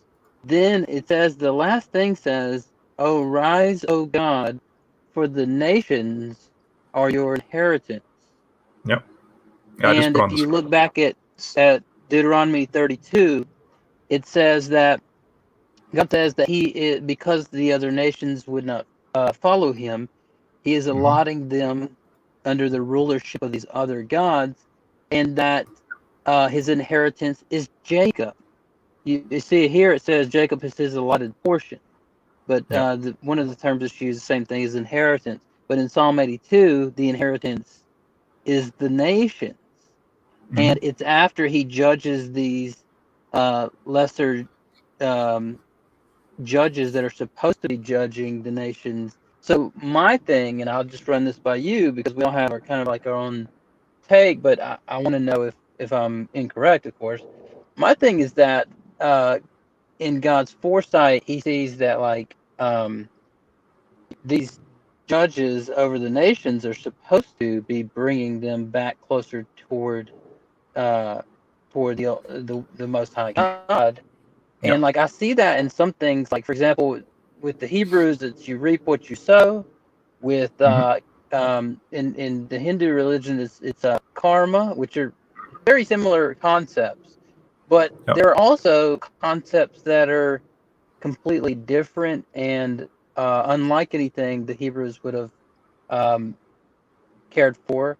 And so what I'm thinking is that like there's maybe God's using these regents to try and bring back with the same principles, but in their own cultural way, back toward the right way. But because they wanted the like glory for themselves and to be worshipped themselves instead of denying worship and whatnot, God has condemned them for judging unjustly. And now it says, "Arise, O God, because the nations are your inheritance." So I don't know if you disagree with any of that. No, that was beautifully stated. In fact, I'm going to change scenes over here. Looks like I'll have to do. And that's the whole thing about Paul saying that the nations are grafted in, or the Gentiles being grafted in, um, because like I say, back in Deuteronomy chapter 32, it says Jacob is the Lord's portion. That's Jacob is Yahweh's God's inheritance. But then, like I say, in 82, Psalm 82, it's the nations are your inheritance, because the plan all along, since the nations rebelled at Babel, were to get back to where all of the nations were welcome into God's family, right? I'm going to connect this. Let's see here. Hopefully this should work.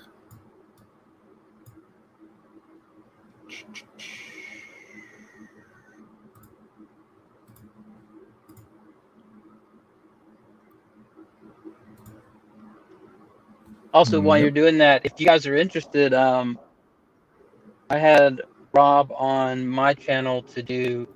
We kind of went through Heiser's book, Unseen Realm, talked about Sons of God, the Nephilim, and many other topics.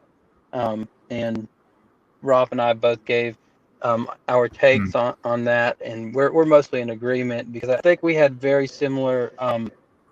Our paths have been very similar, and a lot of the same scholars that we've put a lot of our time into are really similar as well. So Go ahead. I'm trying to bring up the ESV of Deuteronomy 32. So I just want to emphasize this. So when you ask me, are you on the right track with that? So here's Deuteronomy 32, 8 and 9, that portion language. If you keep going down to verse 39 of the same chapter, look what happens. You have a deliberate focus of the Most High, right? It says, "Look now, I am," and in some translations, depending on the Septuagint or the Masoretic text, it is like I myself am He. Like it's that repetition of the Exodus 3:14 thing. And now notice this: there is no other God beside me. But hang on a second, didn't you just mention other gods allotted to the nations? Well, that's the point. If there is a God that is able to be ontological on par with Yahweh, polytheism is the result, right? So there's no other God besides me. There's no one equal to this I am figure. And then there's this language about, because there's no other God besides Yahweh, but that doesn't mean that they don't exist. It just means they're forever below him. So Yahweh is the one that can cause death, sustain life, wound, heal. And from my power, no one can deliver. Now notice what happens next. Verse 43 in the Masoretic text reads, "Sing for joy, nations, sing for joy, people who belong to him," and all that stuff. But the Dead Sea Scrolls and the Septuagint do not read like that. Instead, and how do we know that? Because Hebrews chapter 1 quotes that verse. So notice you have, let me just make sure it's coming up. Okay. Notice you have God having spoken in former times, to our forefathers by the prophets and so on and so on. Has in these last days spoken to us by his Son, so in this case, Jesus.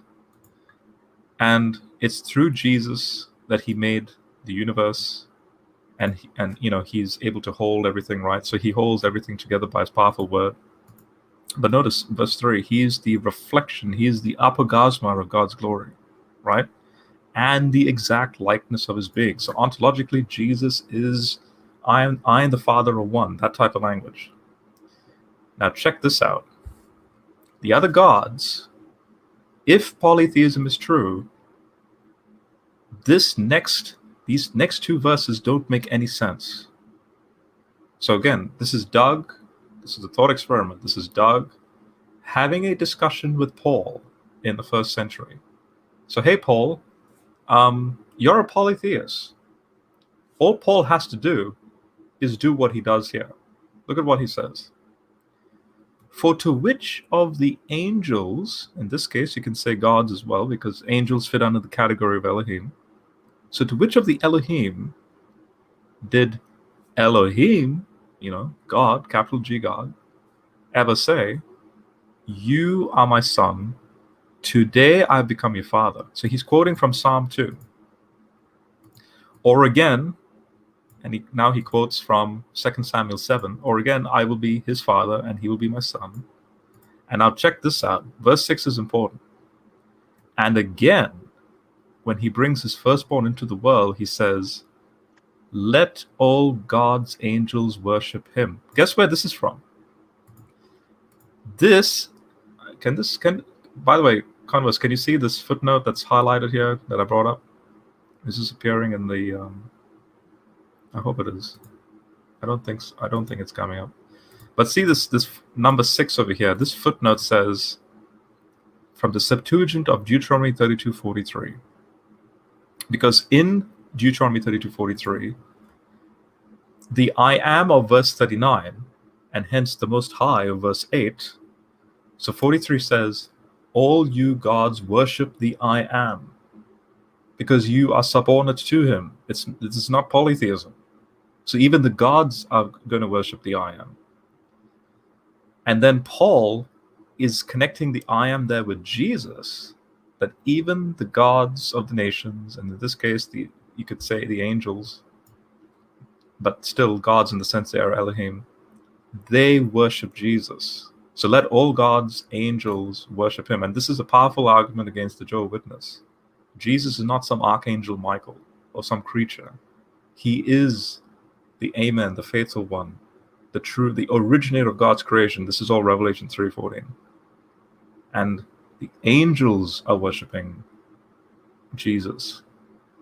So the point is, this verse, Hebrews 1:6, is a powerful verse to showcase the uniqueness of Jesus. He's the monogenes theos, John 1:18. So then, as you keep going through Hebrews 1, there's this constant notion of, well, why is he then the unique one that God chooses and for the angels to worship him? Well, because his throne, right? Verse 8. About the Son, he says, your throne, O God, is forever and ever. And he quotes from another psalm, in the beginning, Lord, you laid the foundation of the earth. Jesus. So I just want to throw that in there, that here's a chapter in the New Testament that would flatly contradict polytheistic charges. I also want to, Converse is back. Also, Converse, I don't know if you heard that, but what I was saying there, but one more passage before we finish with the video is 1 Corinthians 8. Look how clearly Paul says, now again, remember, let's put Doug in the conversation with Paul. Paul, you're a polytheist. Well, Paul will, in 1 Corinthians 8, verse 5, be like, well, yeah, there are gods in heaven and on earth, as indeed there are many so-called gods and lords. Yeah, I agree, Doug. There are many Elohim. Just want to make sure Converse is okay there. Yet, and now notice verse 6. Yeah, I can hear you. Okay. But notice how Paul will respond to Doug. Yet for us.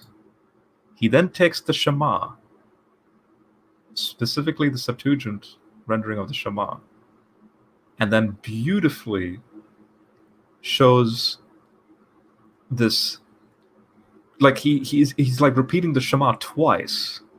So he's like, yeah, I agree that there are so many gods and lords, but for us there is only one God, the Father, from whom everything came into being and for whom we live. And then again he repeats the Shema and connects Jesus into that equation. And he says, and there is only one Lord, Jesus, through whom everything came into being and through whom we live. Boom. Polytheism charge out the window. How can Christians be polytheists? Here Paul is agreeing the reality of other gods. And then at the same time, boom, in typical Jewish fashion, he quotes the Shema, and it's like, look, at the end of the day, you only have one Most High. So you can't be polytheist. And that Most High includes the Trinity as well. Yeah.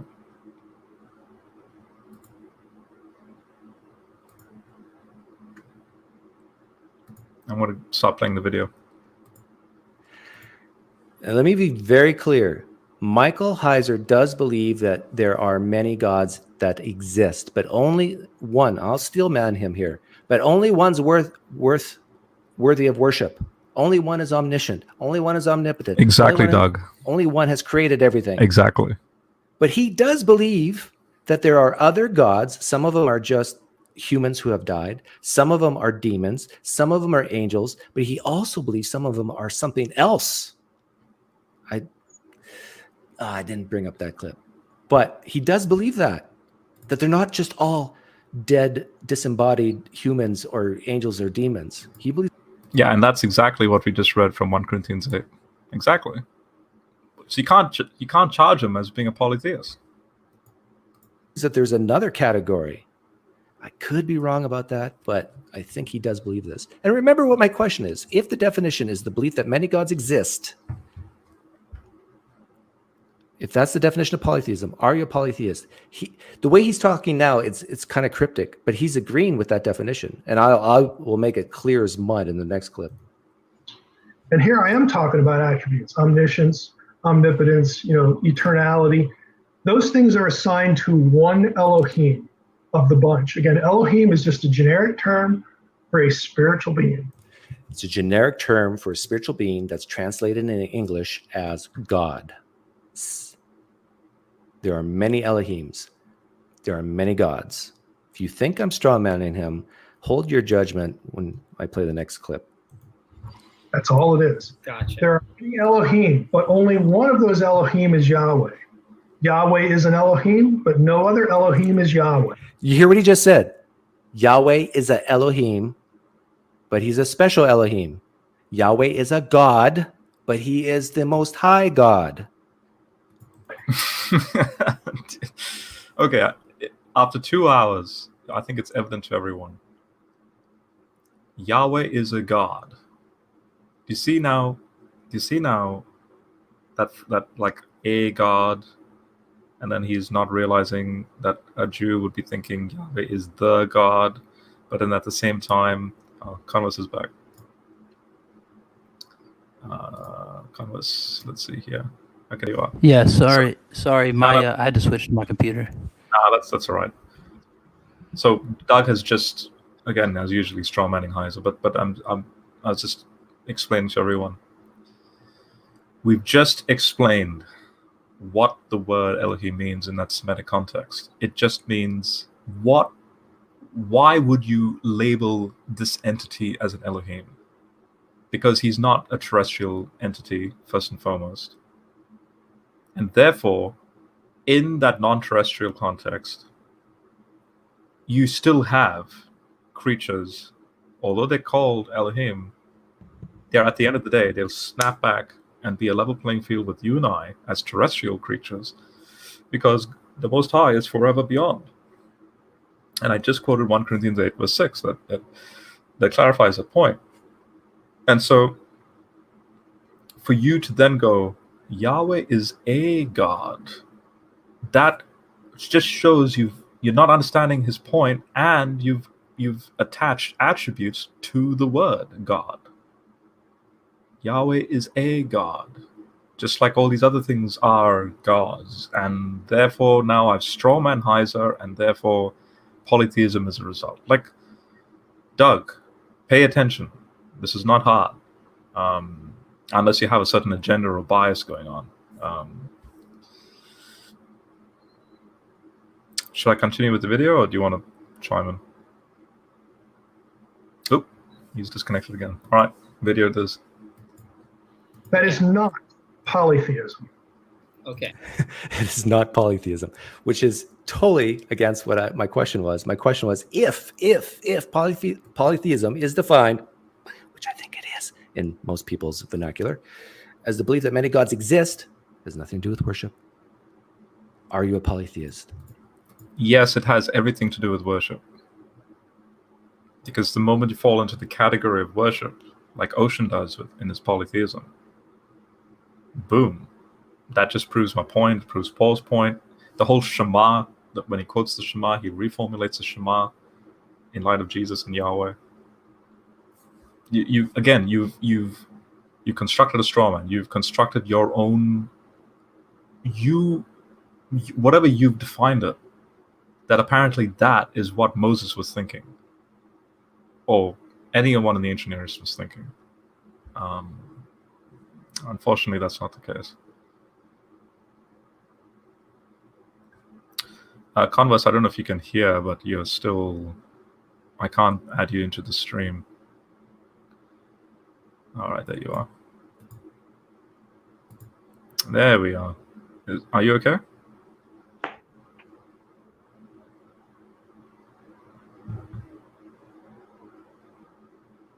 All right, playing the video. But by the way, listen to Sean's response here. He sums it up nicely. But listen to this; it's very good. Okay. So there's Or other beings with supernatural power from the divine realm, but not with the same attributes as God. Correct. So Other, did he use the word divine? but no other Elohim is Yahweh. That is not polytheism. okay. So there's Or other beings with supernatural power. Other beings with supernatural powers. Remember, these are two Christians. And I'm making the claim right now that based on my definition of polytheism, which is I think the majority definition, but doesn't have to be the only definition. But based on that definition, I'm claiming that these two Christians are polytheists. That's my claim. Now listen to this. From the divine realm, but not with the same attributes as Correct. God. So And where we trip up is we think attributes are linked to terms, because that's how we do it in the modern West. God equals this set of specific unique attributes. Boom! Exactly what Converse and I have been saying. Hey, Converse, you Yeah. section study now? Yeah, should be good. No, sorry about that. That's okay. Yeah, so Heiser, Yeah, just seen you to went clarify through- for like the fourth time, you know, Yeah. Yeah. Go ahead. do you want to say anything, or should I keep playing the video? Well, no, I was just gonna say I heard you went through Hebrews and I seen that. I just for some reason wasn't letting me speak. So go ahead. Okay, no worries. Yeah, Continue. sweet. Well, that's wonderful because Elohim doesn't. So what instead of letting the biblical writer tell us what the term means, we impose what we think about the letters G, O, and D on that term. And that's where we mess up. That's where we read Psalm 82 and get freaked out when we don't need to. Okay. Hey, thank you for the donation, Converse Contender. The prophet Samuel is called Elohim when in spirit. Yeah, I know exactly what the point you're making. The point is humans could be called Elohims. So are we calling humans God in certain situations, like after they die or when they're prophet? Yeah, that wasn't exactly what I was trying to say. I wasn't saying that humans can be called. Notice Yeah, the so- straw man the whole thing. Oh, humans can become Yahweh now. Oh my gosh. Okay, Well, cool. yeah. So I was just trying to say that obviously that if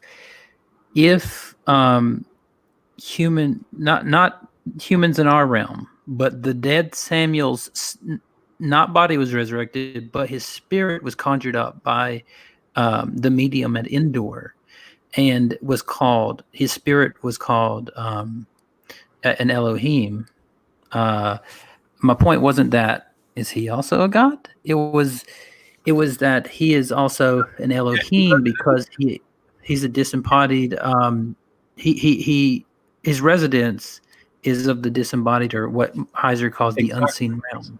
Exactly. So his place of residence, hence he's called an Elohim, right? Now, so that's what you and I both know, right?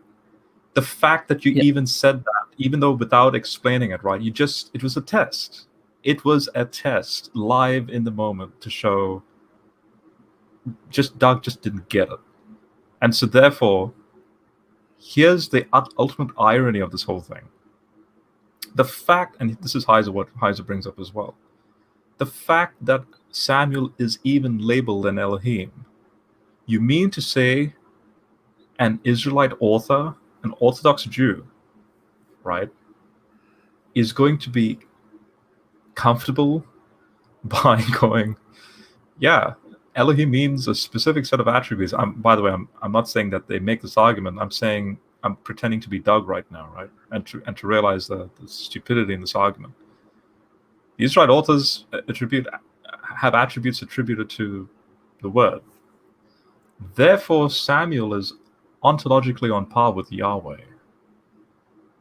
What Jew even makes that conclusion? That's the point. It's nonsensical, Doug. If you argue it from that point of view. Yeah. Right. Yeah. The point was just that's not the point was just that term Elohim is used in a different way other than what he was describing. So The very yeah, we'll fact go. that the very fact that it's applied to Samuel is to showcase his residence now is different. That's it. It has nothing to do with attributes, and hence on top. Because if it did involve attributes, we would be polytheists. Like, I can't be more blunt or clear any other way than just repeating ourselves. Sure. Yes. Yes. Prophets can be viewed as gods. In fact, Jesus himself said that. Is it not true that we are called gods when Jesus is referring to the scriptures? Now, if you think I'm straw manning, let me... Okay, so Doug was referring to this particular scripture. Let me bring it up. Oops. There we go. So John 10, where Jesus quotes, ironically, from Psalm 82. Specifically verse 6. But Doug again ignores the context, because Jesus in John 10 from 29 to 30, he's basically saying, look, I and the Father are one. And then again, the Jewish leaders picked up stones to stone him, and then so Jesus is like, I've shown you many good actions, like which one of them are you going to stone me? And then the Jewish leaders are like, look, we're not going to stone you for a good action, but for blasphemy, because you, a mere man, are making yourself God. So then Jesus quotes Psalm 82, verse 6 to say, okay, do you want me to make it a little bit more blunt? Like, in your writings, in this case the law, which is just abbreviation to mean the Old Testament. And then he quotes Psalm 82, verse 6, that reads, I said you are God. So the I said you are gods is God talking to the other Elohim of the council, judging them. And 35 says, so this is Jesus coming in. If he called those to whom a message from God came, quote unquote, gods, and you can't ignore the scripture, and this is an important detail, right? And the scripture cannot be disregarded. So what is Jesus getting at? You have the Most High, and you have other Elohim, actual divine entities. Obviously, that doesn't fit into this thing known as polytheism. No Jew would agree with that. But it's in the context of verse 33, when the Jewish leaders are saying, you are blaspheming because you're making yourself God. So Jesus ups the ante and says, actually, yeah, that whole divine council scene in the Psalm 82? I'm the one, so I'm the message from God that came to these gods in judgment. I'm the one who judged the other Elohim. And therefore, if I'm that second Yahweh, the second power, right, second person of the Trinity, then you can't tell me. So how can you say to the one whom the Father has consecrated and sent into the world? Why? Because if Jesus can righteously judge the other Elohim, then Jesus is the means by which salvation is possible, and so therefore it's only he can be sent into the world and be consecrated. So how can you say to one who obviously has to be in that category ontologically, of whom the Father is consecrated and sent into the world, you are blaspheming because I said I'm the Son of God? And so then he clarifies and says in 37, if I am not doing my Father's actions, do not believe me. And clearly, whatever actions Jesus does, the Father does. There you go. There's your triune, the Trinity at play, theologically speaking. But notice verse 38. So 37 is saying, look, if that doesn't work, then yeah, obviously I'm blaspheming because I'm not connected to the Father in that sense. But if I am connected to the Father, I am not blaspheming. That's the point. So verse 38, he then says, but if I am doing them, even though you do not believe me, believe the actions so that you may know and understand that. Now notice this language, the Father is in me and I'm in the Father. There's a union, which can only make sense if Jesus is the divine Logos incarnate. And so then they try to seize. Great point. And I brought this up one of the times I was on JMD Apologetics channel because, like take, for example, James White, who I like. He's always been a really good apologist, but he doesn't take our view on this or Heiser's view. He takes the I think he takes the Sethite view. of Genesis chapter 6. But Yeah. if you look at this old debate that James White was in against, I believe it was a Jehovah's Witness, when this was brought up before him, he didn't go about it the way we are. He was just like, oh no, Jesus was just trying to downplay it or whatever. But his opponent was right. If that is the case, then whenever they walked up and said, hey, you're trying to make yourself out to be God, he said, in that case, he would be saying, oh, no. Look, it's saying that other people are gods, right? Exactly. That's not what Christ was doing. He was actually trying to even reinforce it. If it's even called God to the ones that got the message, and all an angel is the term angel just means messenger. So Jesus put himself above the angels, right? And who else is above Yahweh, right? If even the messengers are called gods, right? Then and then he goes on. So I just wanted to make that point. And then one more thing I thought about, sorry, it's a little related to something we said earlier, is I wanted to make clear to people that in Deuteronomy chapter 32, when they go back and read it, if there is a translation difference between the Masoretic and the Septuagint reading on sons of God there. We didn't mention that because we're just so used to it, right? That we kind of didn't make that. But since you've mentioned it again. Oh, you did? Okay.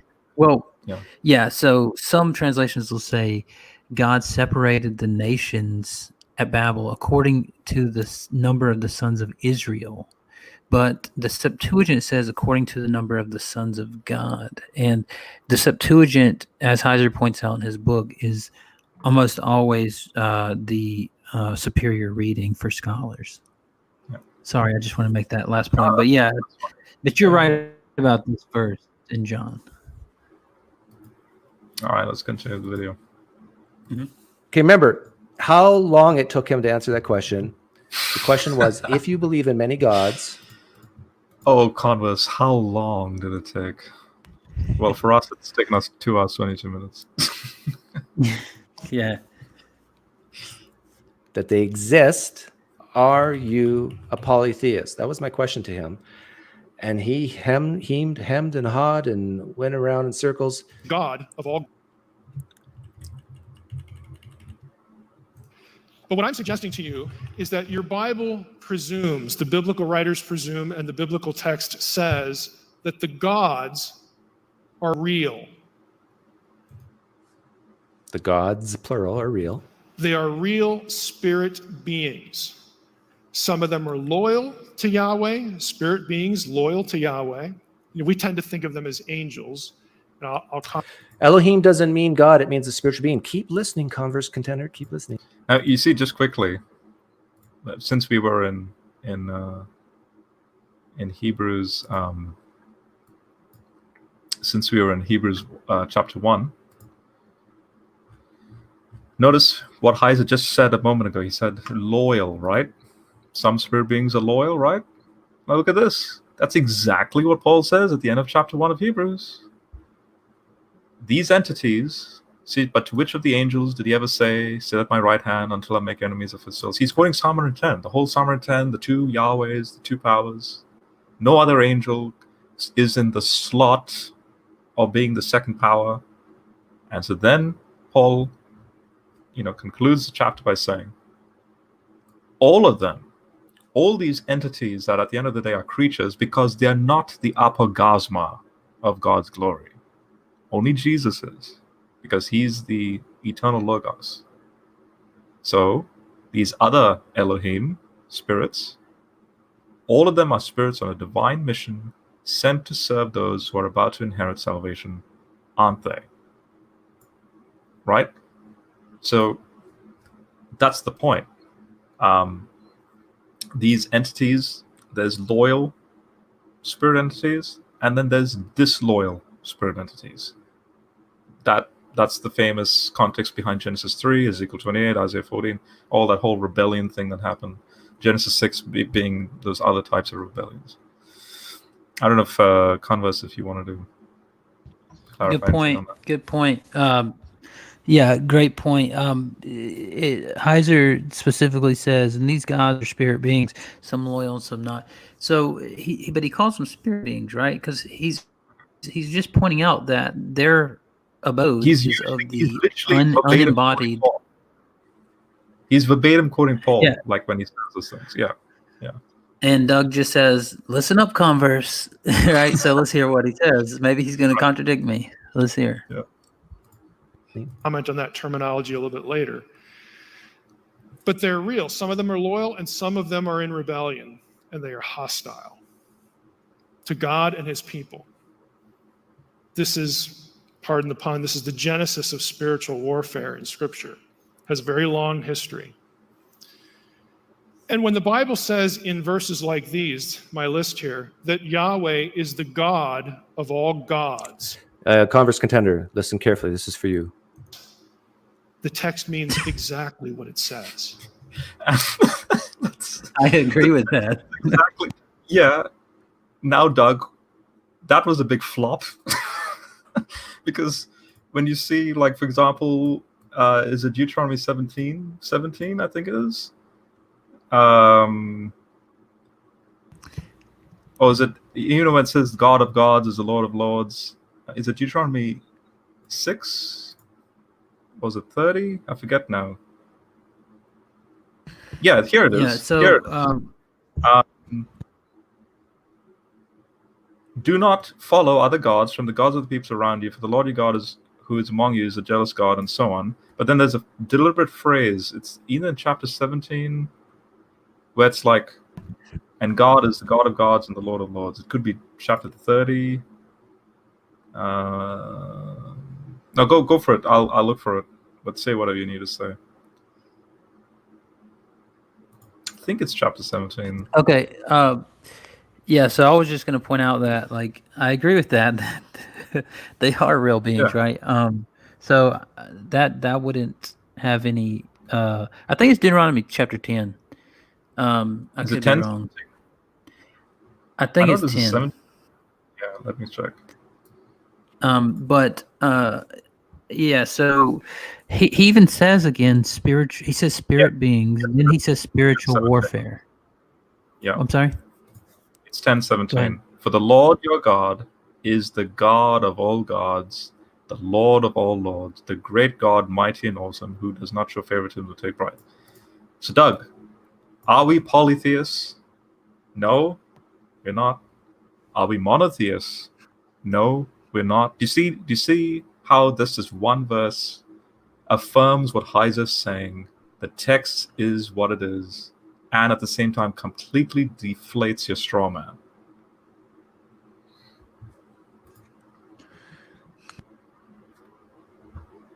Yep. Go Yeah, for it. I don't know if you want. that's kind of why I said at the end, my last comment before he ended was. I did change the screen. My bad. There you go. For everyone to see. No, There you go. total fine. That's why my last comment on his stream was it's harder to take down a steel man, right? And or steel mans are harder to knock down or something like that. And it's just because, like, if you define God differently from how Heiser's defining it, it's obviously going to change. So it's like if I were to say, if atheist is defined meaning belief in gods, then are you an atheist? He would have to be like, no, because I don't believe in God. Well, it depends on how you define it, right? So that's why I say, like, this point, like, if polytheism is defined as belief in many gods, well, it depends on how you define the term gods, right? Because if you define it creator, then I don't hold that belief. But if you define it as any being that is of the unseen realm, then yeah, obviously, right? All right, let's continue with the clip. Excellent points. Has a very long history. And when the Bible says in verses like these, my list here, that Yahweh is the God of all gods, the text means exactly what it says. It doesn't mean God. See, Converse? See? It just means exactly what it says. See? Oh See yeah. Doug's face? He's just like rubbing it in, just like. Oh, he's got a sinister look right now. That's a screenshot to use later on. Oh my But he's like, here it comes. It's kind of funny. God is the God of these things that don't really exist. Why not just say God is the God of the Avengers? I'm playing this to show that Michael Heiser himself translates the word Elohim as gods. Or the DC universe? Or SpongeBob, Bikini Bottom? Okay? Stop it right there. Because those are all fictional characters. Exactly. So that's why he uses that, is to say, look, these nations aren't just making up like a superhero like Captain America, but Captain Canaanite or whatever, and saying we worship this, but in all actuality, they're just delusional, and they shouldn't. They're just actually everybody except for Israel are just delusional people who walk around making up things. That's not what they're saying, and he's using this as an example to say, look, these aren't just like made up characters that they worship. He's saying there's actual beings here. They just aren't the Most High, the person that is worthy of worship. Right? Beautifully said. Beautifully said. And so I just also want to emphasize exactly what you just said, but for people to see for themselves. So we just referenced Deuteronomy 32:8, when the Most High, notice this language, this is what I want to emphasize, gave nations as their inheritance, right? Now,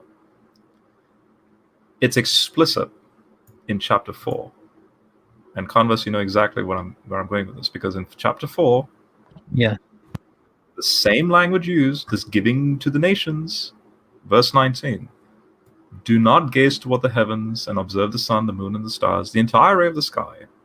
Notice, with the intent to worship and serve, because don't forget, these represent the gods, right? The other gods of the ancient Near East, with the intent to worship and serve what Yahweh, right, your God, notice this language, gave every nation. So there's that connection between Deuteronomy 32:8 and Deuteronomy 4 verse 19. Right, but he pulled you out of Egypt to be his people of inheritance. And right? that's verse 9 of Deuteronomy 32. Exactly. Right. Yeah. Exactly. And if you go back, just go back to 32, just for people where you were just at, because just for people who right there where people aren't familiar, when the Most High gave nations as their inheritance, when he separated the human race and set boundaries for people according to the number of the children of God, or sometimes says sons of God, right? Basically, these divine entities, right? Yep. These created Elohim. So just want to make that clear, because some people aren't even, they're just starting. And then let's just keep going with this. To reinforce, maybe a person will ask, well, what is this number? According to the number of the children of God. Excellent question. Because then this fits into that ancient Near Eastern category of El with the known world at the time, which was the Mediterranean, and the nations numbered 70. Okay, because that's based on Genesis 10, the 70 nations. Now look at this. And Christ will say it later. He sends out 70, right? Exactly. Because notice Christ this. Sends out 70.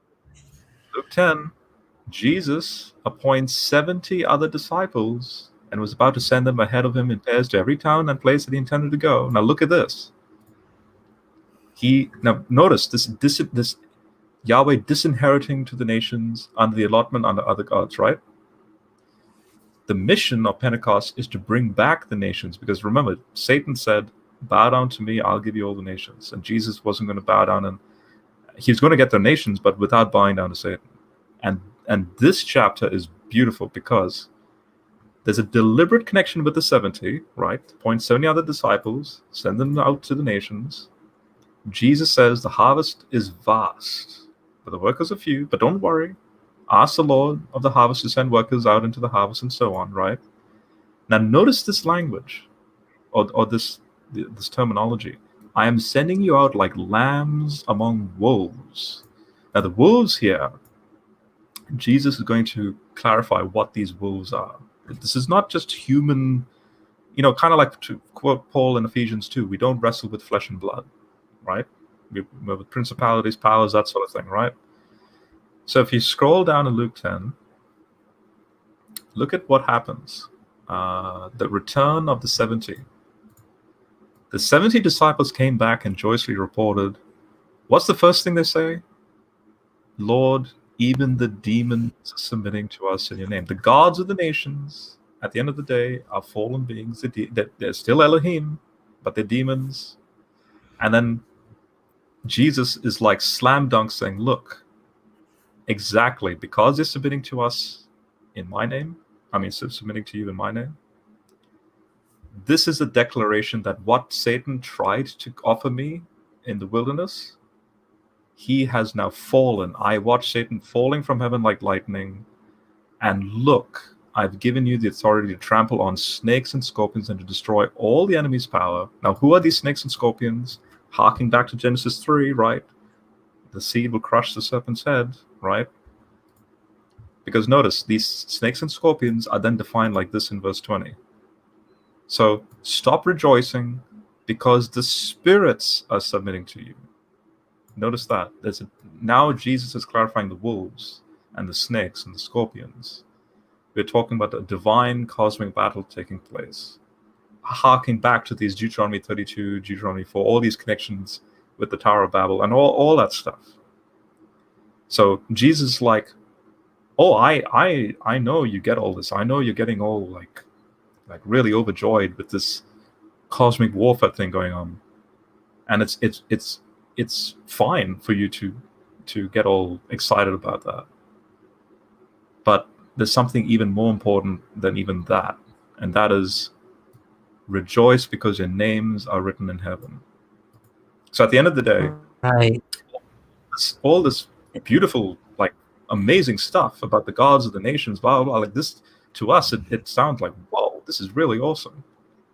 But once all of that, or once all this, the dust settles, it shows then how petty they are, how beautiful and magnificent Yahweh and Jesus actually is.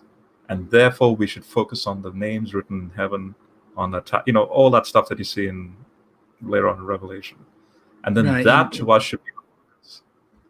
Yeah, and that's such a strong point. People don't understand sometimes that the table of nations, right?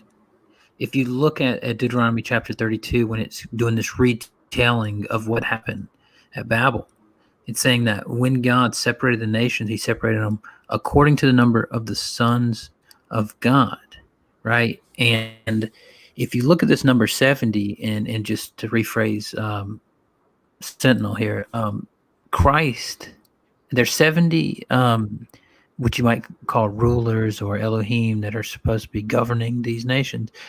And Christ sends out 70 disciples, and they come back and they're like, hey, they're submitting to us. This is awesome. And he's like, just imagine like the power and authority Christ has if you came back to him like, hey, they're submitting to us. And he's like, look, I watched Satan fall from heaven like lightning.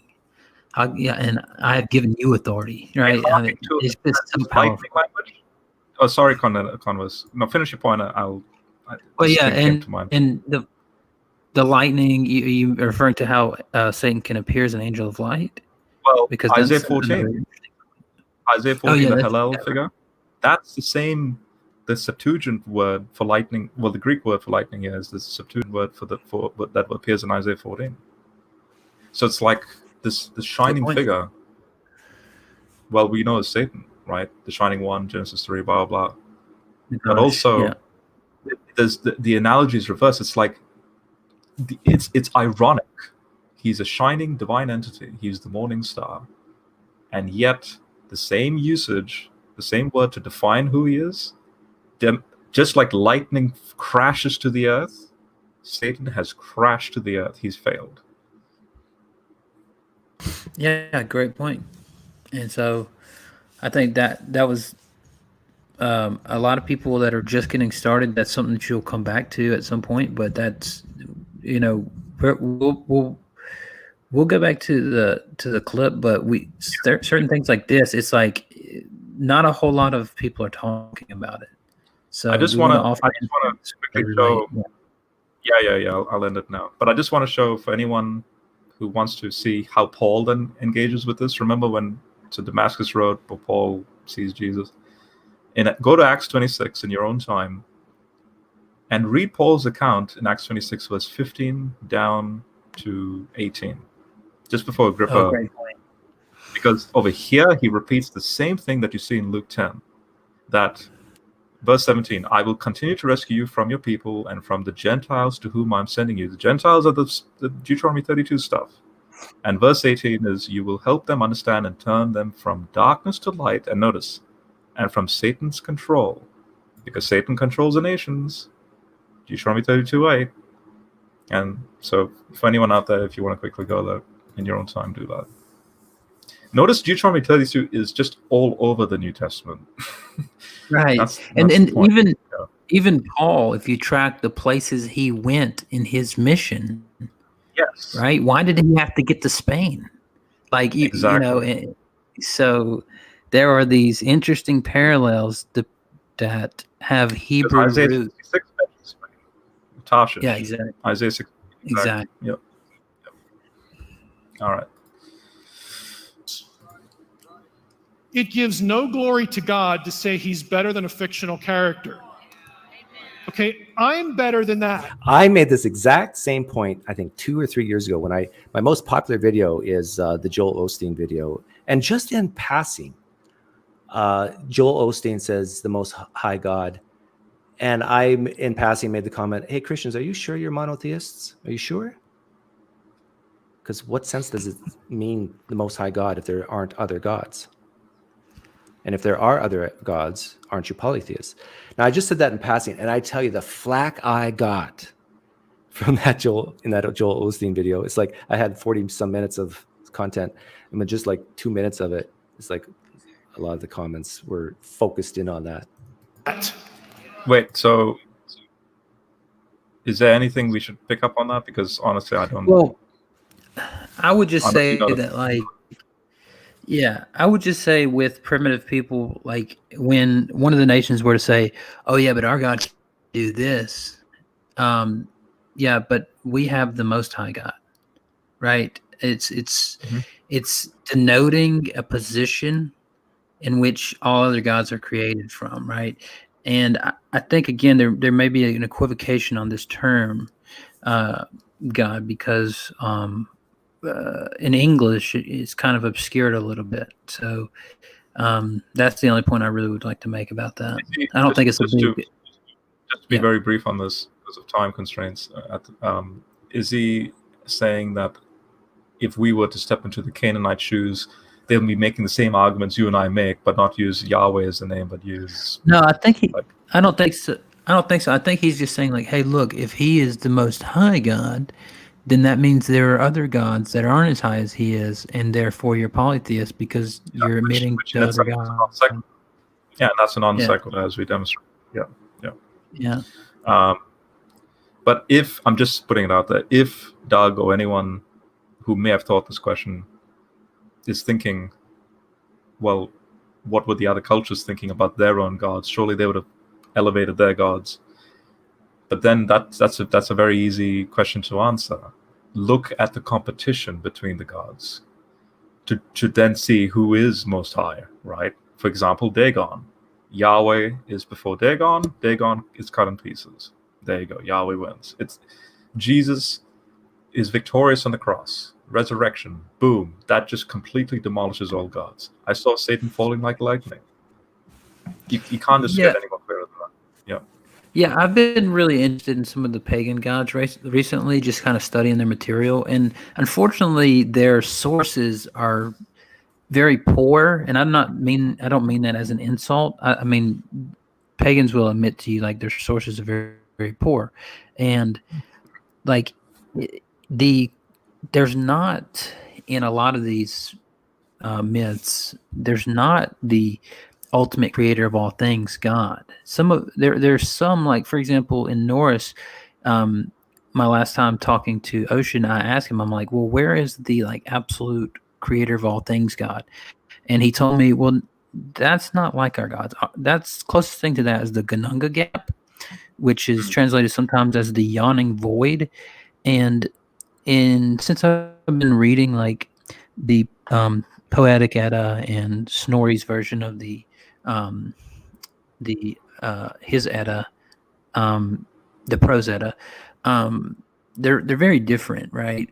But in Snorri's version, the prose Edda, which is a later telling of the Poetic Edda, he actually gives like basically a Genesis telling in the beginning of his Edda. But the original, the Poetic, it doesn't. It does have kind of like just this Gununga gap as the creator of things, and like the earth and other things like the gods are, if I'm remembering correctly, the gods are created from a giant's remains. Like a giant was killed, and the earth and I believe Thor and other gods were created from that giant's remains. Like they're called like I forget. There was like a race of giants at the beginning that their gods were created from, but I don't remember exactly what they were called. They Yeah, didn't say and title, but it's connected to all that. Yeah. yeah. Again, please correct me if I'm wrong on that, but I am still reading the Poetic Edda, so I will reread that portion to make sure. Go ahead. Connected to the cosmic tree motif as well. You'll find a fascinating connection because Jesus then Oh yeah.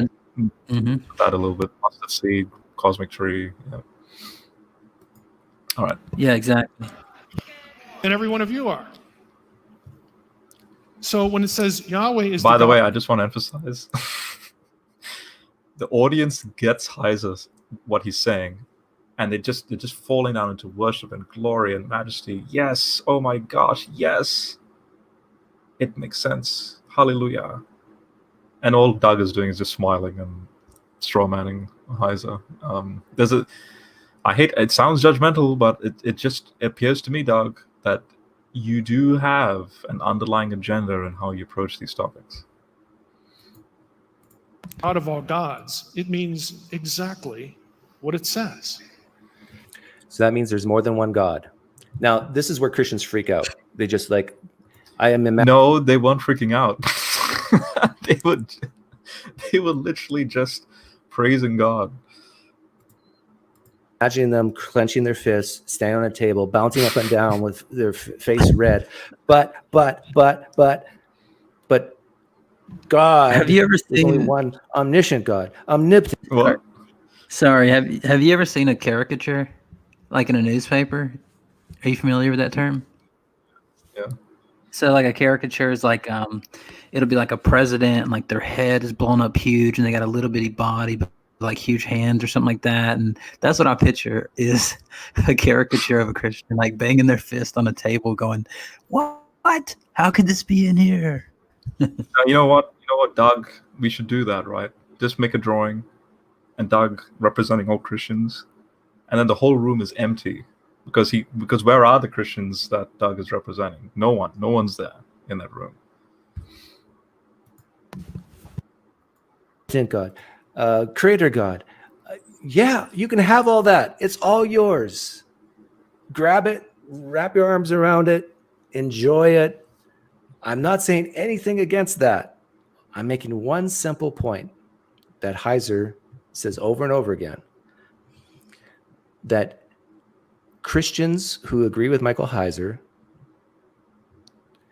and I'd say most Christians, whether you even recognize it or not, are believers that many gods exist, and that these gods include spiritual beings who are disembodied humans, angels, demons, Satan, and even other entities. And is it in this video? Michael Heiser had, oh yeah, maybe it's here. I just want to quickly emphasize, Christians for the last 2,000 years have read the phrase Yahweh Sabaoth, Yahweh, the Lord of hosts. What is the Lord of hosts? The ISV renders it as, I'll just quickly show you. very quickly. Like, for example, James brings this up in James 4. Where is it? Basically, Lord of the Heavenly Armies is his name. Right. Yeah, and Somewhat, just one. over here. Yeah. Yeah. So just one point I thought I'd bring up is that I have the reason why I keep saying like, hey, listen about these other religions, like, hey, listen, please send me a message or comment if I'm incorrect because I'd like to change my view on it. And the reason why I'm saying things like that is because I think that Doug has just done a surface. I'm sorry. I think Doug has just done a surface level research of Heiser's view and is drawing conclusions based on it. And I don't want to do that to others.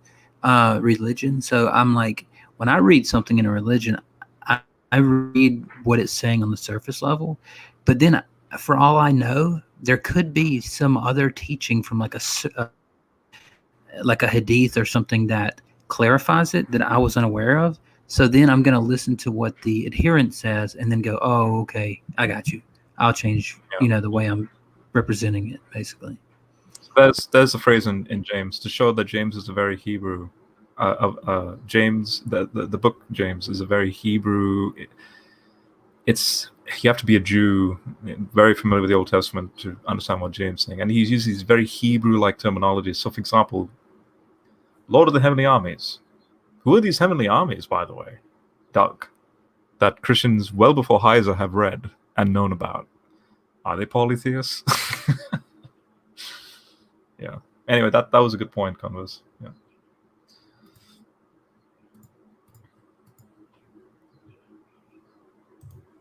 And this video is nearly finished, so let's see what else. Yeah, here it is. Multiple gods, council members, demons, gods of nations. These are humans. Disembodied dead. These are humans. But this is a different category of stuff. You see, this just screams to me exactly what you just said, Converse. In fact, I think someone else mentioned earlier that this is just Doug's. He's just winging it, because that chart Heiser has. Notice at the middle of the chart, he's showing Yahweh at the center, completely unique out of the other. Elohim being a term of residence, right? So you have all the resident, like Elohim, in an equal playing field, because guess what? They're all creatures. Yes, there's council members, which is the divine council. Then there's the gods of the nation. Then there's this thing called demons, and then there's the disembodied dead. So council members would in this case be the elders around the throne in Revelation, or the angels, archangels, Michael, Gabriel. They would all fit this council member description. The gods of the nations are the gods allotted. So in this case, they would be part of that fallen, divine council member selection. Then you have demons, which are the disembodied Nephilim, right? So obviously they fit under another category. Disembodied dead would be like Samuel. So all of that is coherent. Right. Then Yahweh Exactly. is in his own place of residence term. In this case, he's an Elohim, but in his own category, distinct from all that. You can't say polytheism now. That's the point. Yeah, good point. Because you notice he separates. Now, there could be angels, I guess, but demons are also angels. So maybe all council members are angels, but not all angels are council members. Yeah, see, we literally just said demons are disembodied Nephilim, not angels. You see, this just tells us Doug has no familiarity with this concept whatsoever. Yeah. No, I agree. And why is Yeah. Okay. he separate gods of nations from disembodied dead? Because aren't gods of nations spiritual? Well, okay, if these are alive and I just like seeing Doug wrestle with this. But the fact remains, the Bible calls these, and even guys like Michael Heiser translates the word Elohim as gods.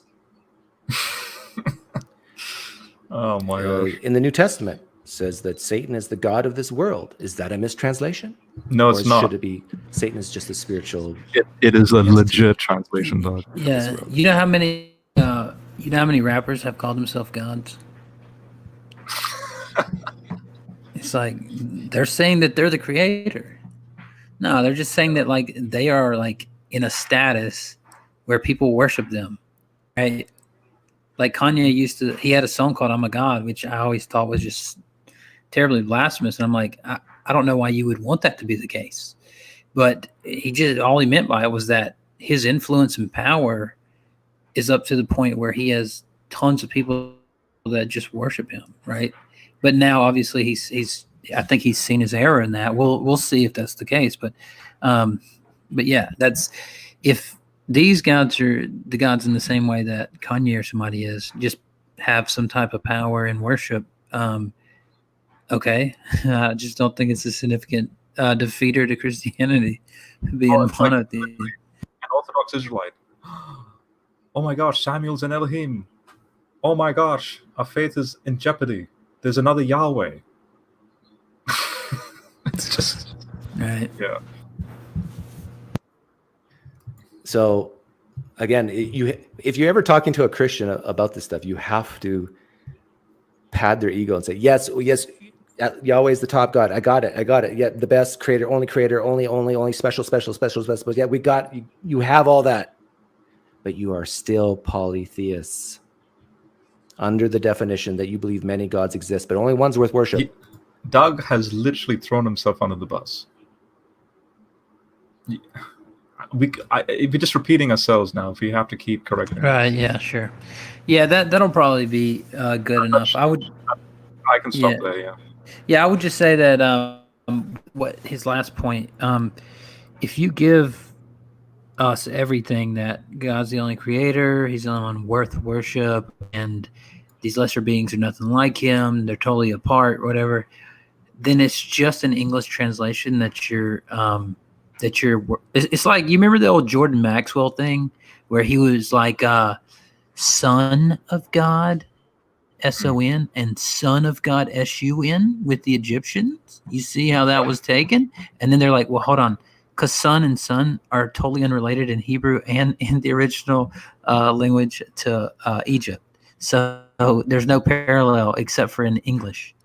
And then he had no response, obviously. But I think it's the same thing is happening here with the term gods being used. So obviously there's a distinction there. And I don't think that it's significant. It's a significant point to challenge Christianity with. I think just upon a further reading, a more in-depth study, you'll see that there's just a difference between the creator and the creation. So as I said at the beginning, I think that's the whole point of everything. Beautifully said. Amen. Sorry, and one more thing is I just want to make this point one more time that Rob's going to link my YouTube channel in the description. If there was anything I said that you disagreed with or thought that I was being short-sighted on, please comment on one of my videos and let me know. That way I can update that view in order to make my argument better in the future. All right. Thanks, Rob. And if anyone, this is just a quick, I don't know, I don't think anyone will come in anyway, but this is a quick 5-minute sort of thing just to wrap it up. If anyone wants to join on the stream, I've sent the link out, but since people haven't, and 3 hours in anymore, so. Yeah, especially if you want to challenge us. Yeah. I did a stream I just seen this the other day. I did a stream about 4 or 5 years ago with Nephilim Free and a few other people. I had forgot all about it, but it was on the Sons of God. And when I look back at it, it's under one of my old accounts, not Converse, but another one I had.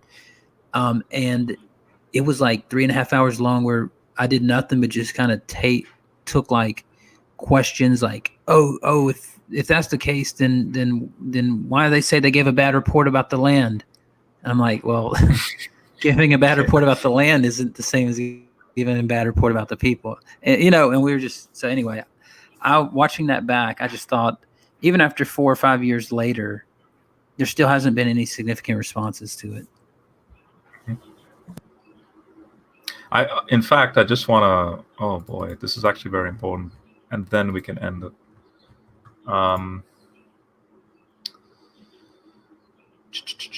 Quickly, I need to emphasize this point because this will neatly package the whole thing that we're getting at. So, back to that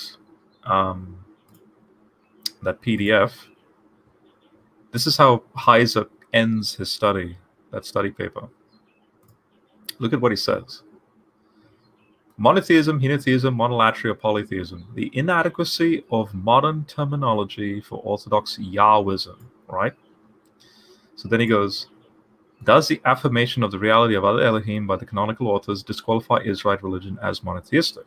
Are other terms used in academic discourse for ancient religious pantheons more appropriate? The short answer to both questions, in my view, is a qualified no. The answer is qualified with respect to the realization that little is solved by applying or refusing to apply a single modern term to Israel's ancient view of God. So here's the point, okay? Everyone, thinking caps on, and Doug, especially you, if you've come this far, focus. Monotheism, as a term, was coined in the 17th century not as an antonym to polytheism, but to atheism. A monotheist, then, was a person who believed there was a God, not someone who believed there was only one spiritual entity that could or should be named by the letters God. This understanding of the term has been lost in contemporary discourse, and so it would be pointless to call for its reintroduction. Boom. That's it. Great point. Yeah. So that kind of, I think maybe that's why you said the other day when I said that non-theism would be a good category. You were like, oh, okay, that fits perfectly, because it with some people who wouldn't classify themselves as atheists. So yeah. All right, no one's coming in. It's past 3 hour mark. God bless everyone. All right. Thank you so much for this. Yeah, God bless, thanks, buddy. man. Godspeed. That's it. I'm just gonna end the See you stream. soon. All right.